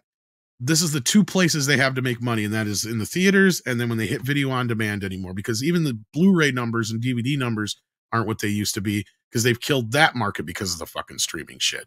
So sorry for going into that long thing, but as Andre was saying, only Blu-ray 4K is doing well. Yeah, sadly at this point, well, DVD is still selling pretty well too, but that's just because people haven't advanced. like they got confused by Blu-ray, and they're not even going to bother with 4K for the most part. But you have a lot of gamers in the younger generation that have adopted 4K, and film fanatics who have 4K is like the new Laserdisc, basically. Right. So, but it's doing better than Laserdisc ever did. You're right about that. It's the only one that's not losing money out of year to year from all those DVD and Blu-rays. It's the only one that's increasing from year to year. You're correct. You are correct. It's taking more of the market every time, because up until this last year, DVD had over 50% of the market. Now I think it's split 50% DVD, and then the rest is 4K and Blu-ray, with a larger portion for 4K. But anyway, DCB Titan says with $5 Canadian, and now the bomb factory is Disney, and putting Lockheed Martin to shame, right? That is so true. Tennille says with $2, yay, I finally woke up in time for Midnight's Edge in the morning today. Well, glad to hear it, Tennille. I barely did. Jason Webster sends an Australian 10 and says, Steven Spielberg, Kingdom of Crystal Skull set. Kathleen, I want caramel latte. George wants a flat white, no sugar, and Lawrence wants a tall cappuccino. I don't even, was Lawrence even around on the Crystal Skull? I don't know if he was, but either way. Maybe he was. Yeah, that's about the most she did on that movie. That's your point, and I get it. Mr. Tickle Trunk sends in 5 Canadian and says Connery was Scott playing an Egyptian. That's correct. Dressed Spanish, holding a Japanese sword. You are correct. He was a dude playing a dude disguised as another dude. He was playing an Egyptian? I thought he was Spanish. No, he's Egyptian, yes. That is kind of funny. Yes. Adam Wolford sends in 10 and says the only way to make Highlander a good series is to make the bad guys show up at the end of the movies and use the other Connor's enemies as the main in each movie. Yeah, basically just got to kind of spread it out more like they did in the series, right? And they also had various levels to the Immortals in the series as well. You had the Watchers and other things like that that they can kind of get involved with, or they can just ignore if they want to, depending on how they want to handle this version of the franchise. There's a lot to play with, is the point. So I think it's ripe for the picking, and it never kind of got its chance to thrive. And those are the kind of things they should look into for remakes, I believe, in my opinion. ActionCom says, at Pauly, what is mortal death clause in actor contract? Kevin Costner allegedly has one for Tombstone. For Tombstone? Or do you mean Yellowstone? Moral death clause. I think that I read about this. If he's gonna die, for some reason, Kevin Costner put in his contract he gets to decide something about his fate. This is part of what's causing a bit of the issue. You're right, Price. And Taylor Sheridan commented on this. Sorry, I had a brain fart there for a moment. He even said that he wouldn't even do this to the character, even out of spite for arguing with Kevin. So whatever happens to the character, it's not going to be like and he died off screen shit. They're trying to work with Kevin, but Kevin is being just damn near impossible from what it sounds like. And Kevin basically said it's probably going to end up going to court. So that tells me that whatever there's going on is he's not backing down and Taylor's not backing down. The studio's ready to move on, but they do have to finish this somehow.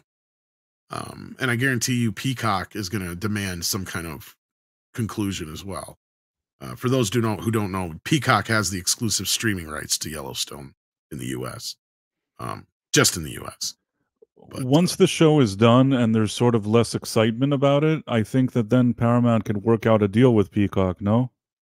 At that point, what's basically going to happen, and this is something I'd said, I think last year around this time when all this started kicking, well, not this time, but it was a little later in the year, when all this stuff started kicking off about spring or summer of last year, from what I was hearing is that's basically Paramount wasn't really all that worried about the show ending, because the beauty of it was if this show ends, they can just do a quote unquote spin-off with all of the main characters and put it on Peacock now, as long as it's considered a different show. Right. But I agree with you that the spin-off allows them contractually to just say it's a different show. So then they'll put it on Paramount. But I even think that once they do that and all that stuff's going to remain on Peacock, they could probably work out a better deal with them to have it featured on Paramount as well.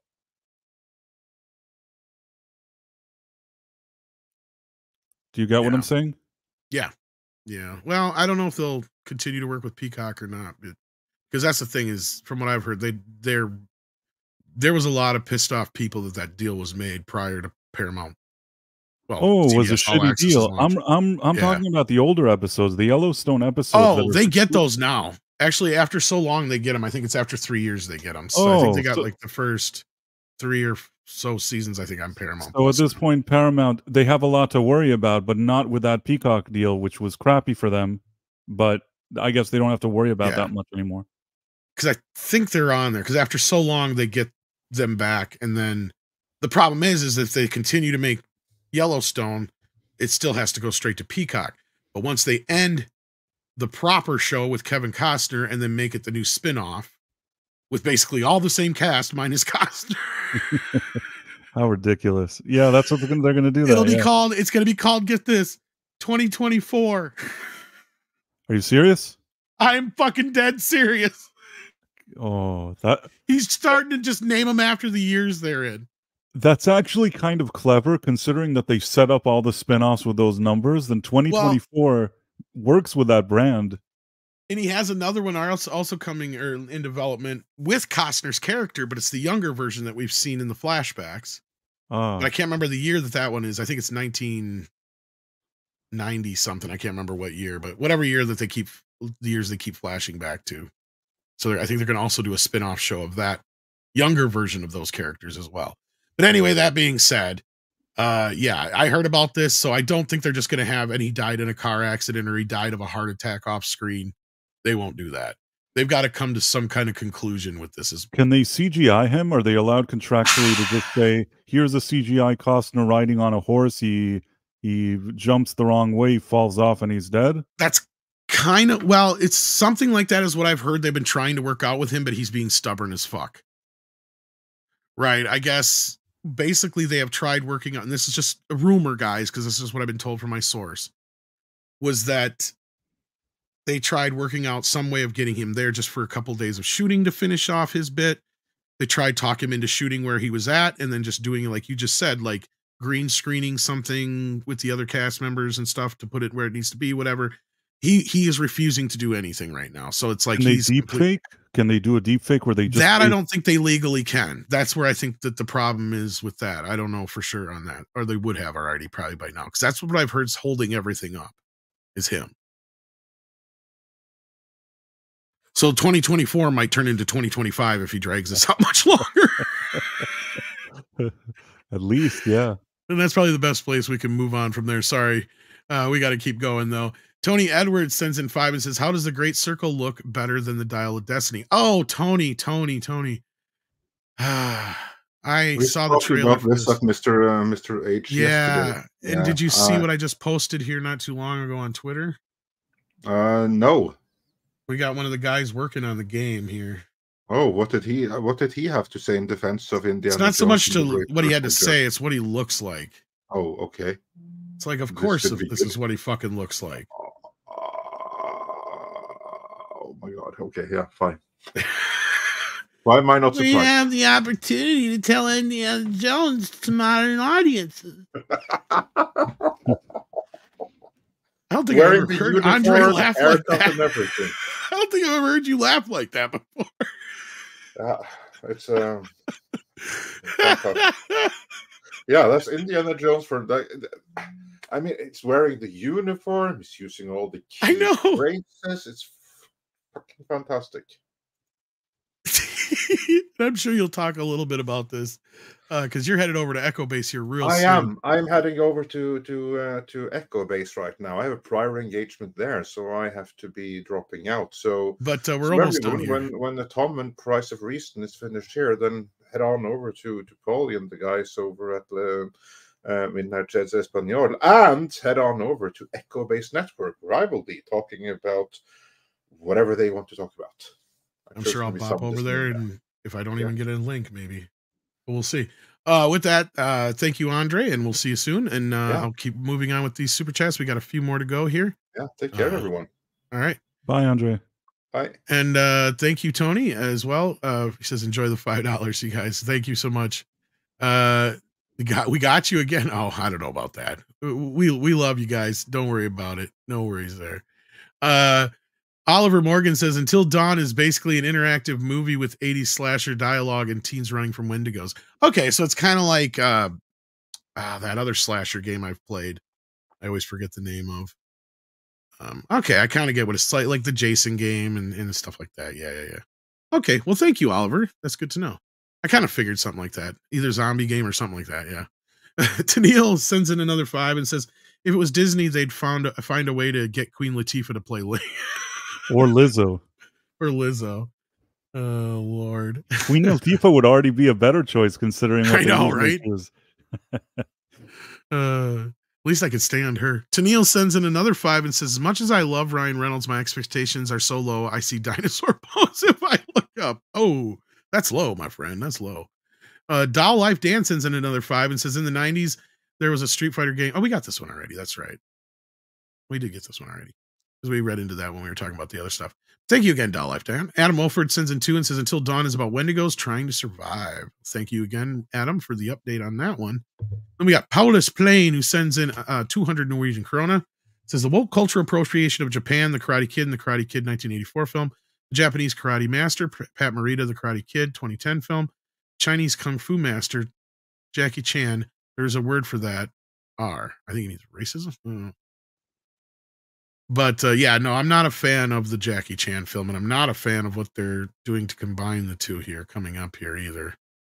Yeah, that seems like a slippery business decision. Mm-hmm. Tennille says, but what will Bat Tom also do the mocapping? Well, of course he will. He's got to get involved, right? He'll do all aspects. STR Red Wolf sends in 5 and says, when are we going to get Midnight's Edge with the ride, the screenplay, the movie, the after school special, the merchandise, the musical? Well, Tuesday. I don't know. But that's funny, STR Red Wolf. Thank you for that. Taryn the Black is here, and he says, wasn't FF a Spirit Within made a decent amount? Final Fantasy? No, I think that actually lost money, if I'm not mistaken. Mostly just because it costs so damn much, if I remember correctly. There was a Final Fantasy movie? Oh yeah, it was it was one of the first CGI animated films. I don't even remember it. It's weird. I liked Final Fantasy, and I've never seen that. They spent a shit ton of money to try and make it close to as at that time photo kind of realistic as they could. It's called Spirits Within. Yeah, it kind of got lost to the. It's not a very good movie. It's an interesting watch just for the visuals of it at the time, but like now I wonder if it even stand up. It'll probably look like the video game. Oh yeah, it definitely looks like and now it would definitely look like a cutscene. That's what I mean. Like PS5, PS4 graphics have kind of caught up to it almost. Well, Mars Needs Max liked it, but Marvern says it's a confusing movie. So yeah, I just found it kind of lackluster. Just kind of wasn't sure what it was trying to be.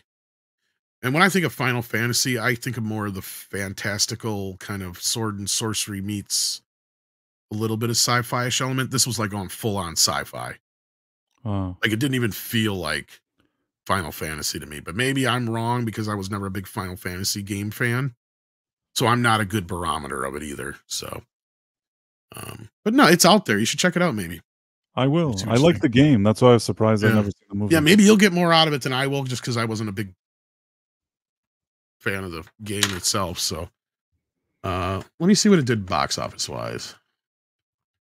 Because that came out when I had my video store, and I remember it was kind of a dud. Alec Baldwin did a voice in it, and he just got charged with manslaughter. Yeah, it had a $137 million budget in 2001, and it only made $85 million at the box office. Oh. Yeah. I feel like Baldwin keeps getting charged over and over again. Well, they were just talking to Gutierrez, the armorist, and they basically made a veiled threat against her. They're like, she can not tell us how the bullet got in there, or she can tell us, but if she doesn't tell us, we're going to pursue all the charges. It's basically what they said in so many words. So I wonder if that's extension from what's going on there. So anyway, I got to get caught up with it, so I'm not going to comment on it too much right now. It's one of those things that seems to keep going back and forth and back and forth and back and forth. One thing is for sure, though, is that I think that obviously his career will never be the same from that incident, and this will probably be an ongoing process for years. I think you're right. I don't think he'll end up doing any real jail time out of it. I think he'll have to pay a lot of money out. You're right. His career is pretty much dead. That's why he's doing conventions now. Oh, yeah, I saw that. You're right. Because he's going to be, yeah, he's okay. He's safe. We can have him in a convention, but not Gina Carano. Not Gina Carano. But I also wondered who even wants to see him at a convention. If we're being honest, I wouldn't be so excited to see him there. Well, I mean, if you're a guy, your odds are pretty good of living. But I mean, yeah, I mean, I don't think that he's going to do anything bad at the convention. But it's like, are people so excited about him now? It's sort of a period of time that I think there isn't a lot of excitement surrounding him. You're right. I think this would be a time to lay low. In fact, I've said this from the start. If he had a good lawyer, this lawyer should have told him to shut up in the first place. Because honestly, from my understanding, without reading the more recent charge, now again, this is without reading the more recent charge. My understanding before is the only reason he was still in any kind of sort of trouble is because he had conflicting reports that he had given to the officers or the detectives or whatever that were investigating, had he just said what happened or whatever, or just kept his mouth shut to a point, he probably wouldn't even be facing any issues. Because as I've said before, the last few times this has happened, nobody has gone to prison for it, right? It usually gets kind of chalked up. Yeah, that and the other incident where it actually happened to be the actor himself who inflicted the wound on accident. But the only other time anybody has died and anybody got any trouble for it was when they were doing the Allman Brothers movie that never got finished. And that was the, I think a set decorator it was, or assistant director. I can't remember what she was going to grab, because they didn't have the and this is the only reason they got in trouble for it. This is the weird thing. Nobody would have gotten in trouble for anything that had happened had they actually had the permits. But what it was is they were shooting on a train track.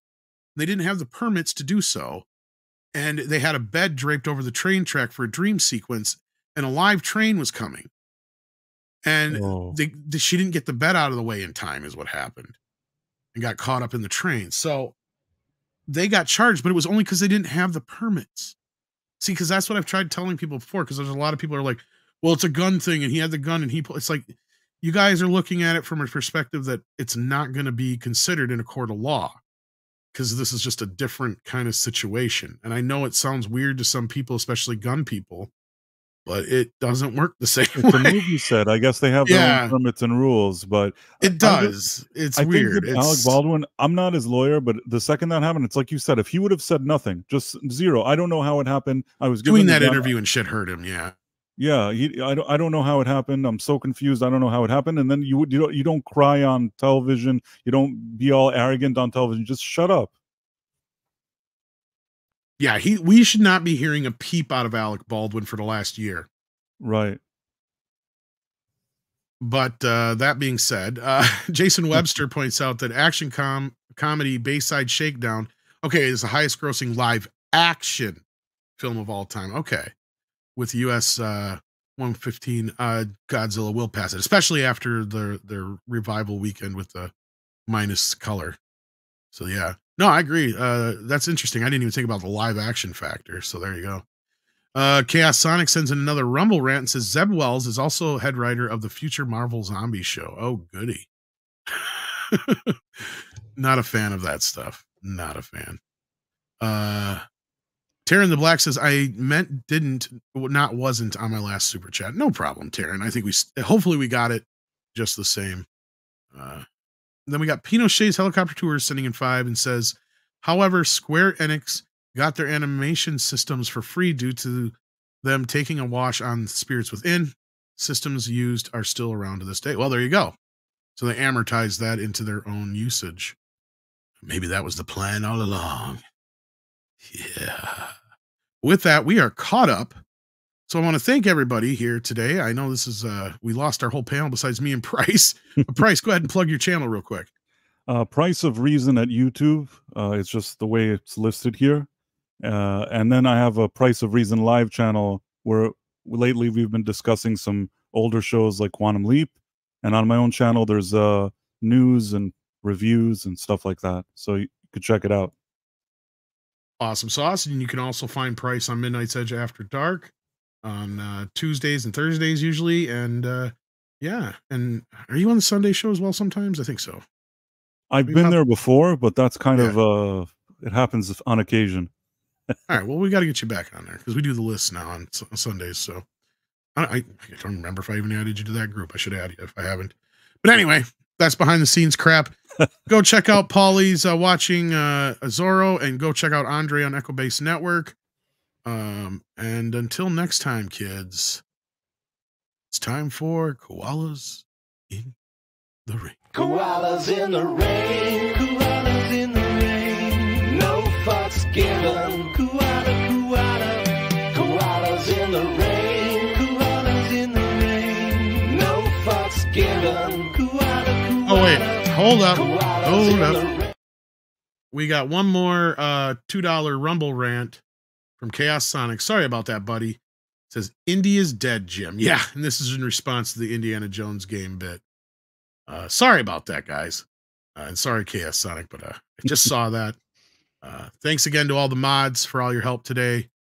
I appreciate it. I've been sixless since she's having some technical issues, so I do appreciate all the extra help. So thanks again, guys. Take care of yourselves, and here's Koalas in the Rain. Koalas in the rain, koalas in the rain, no fucks given.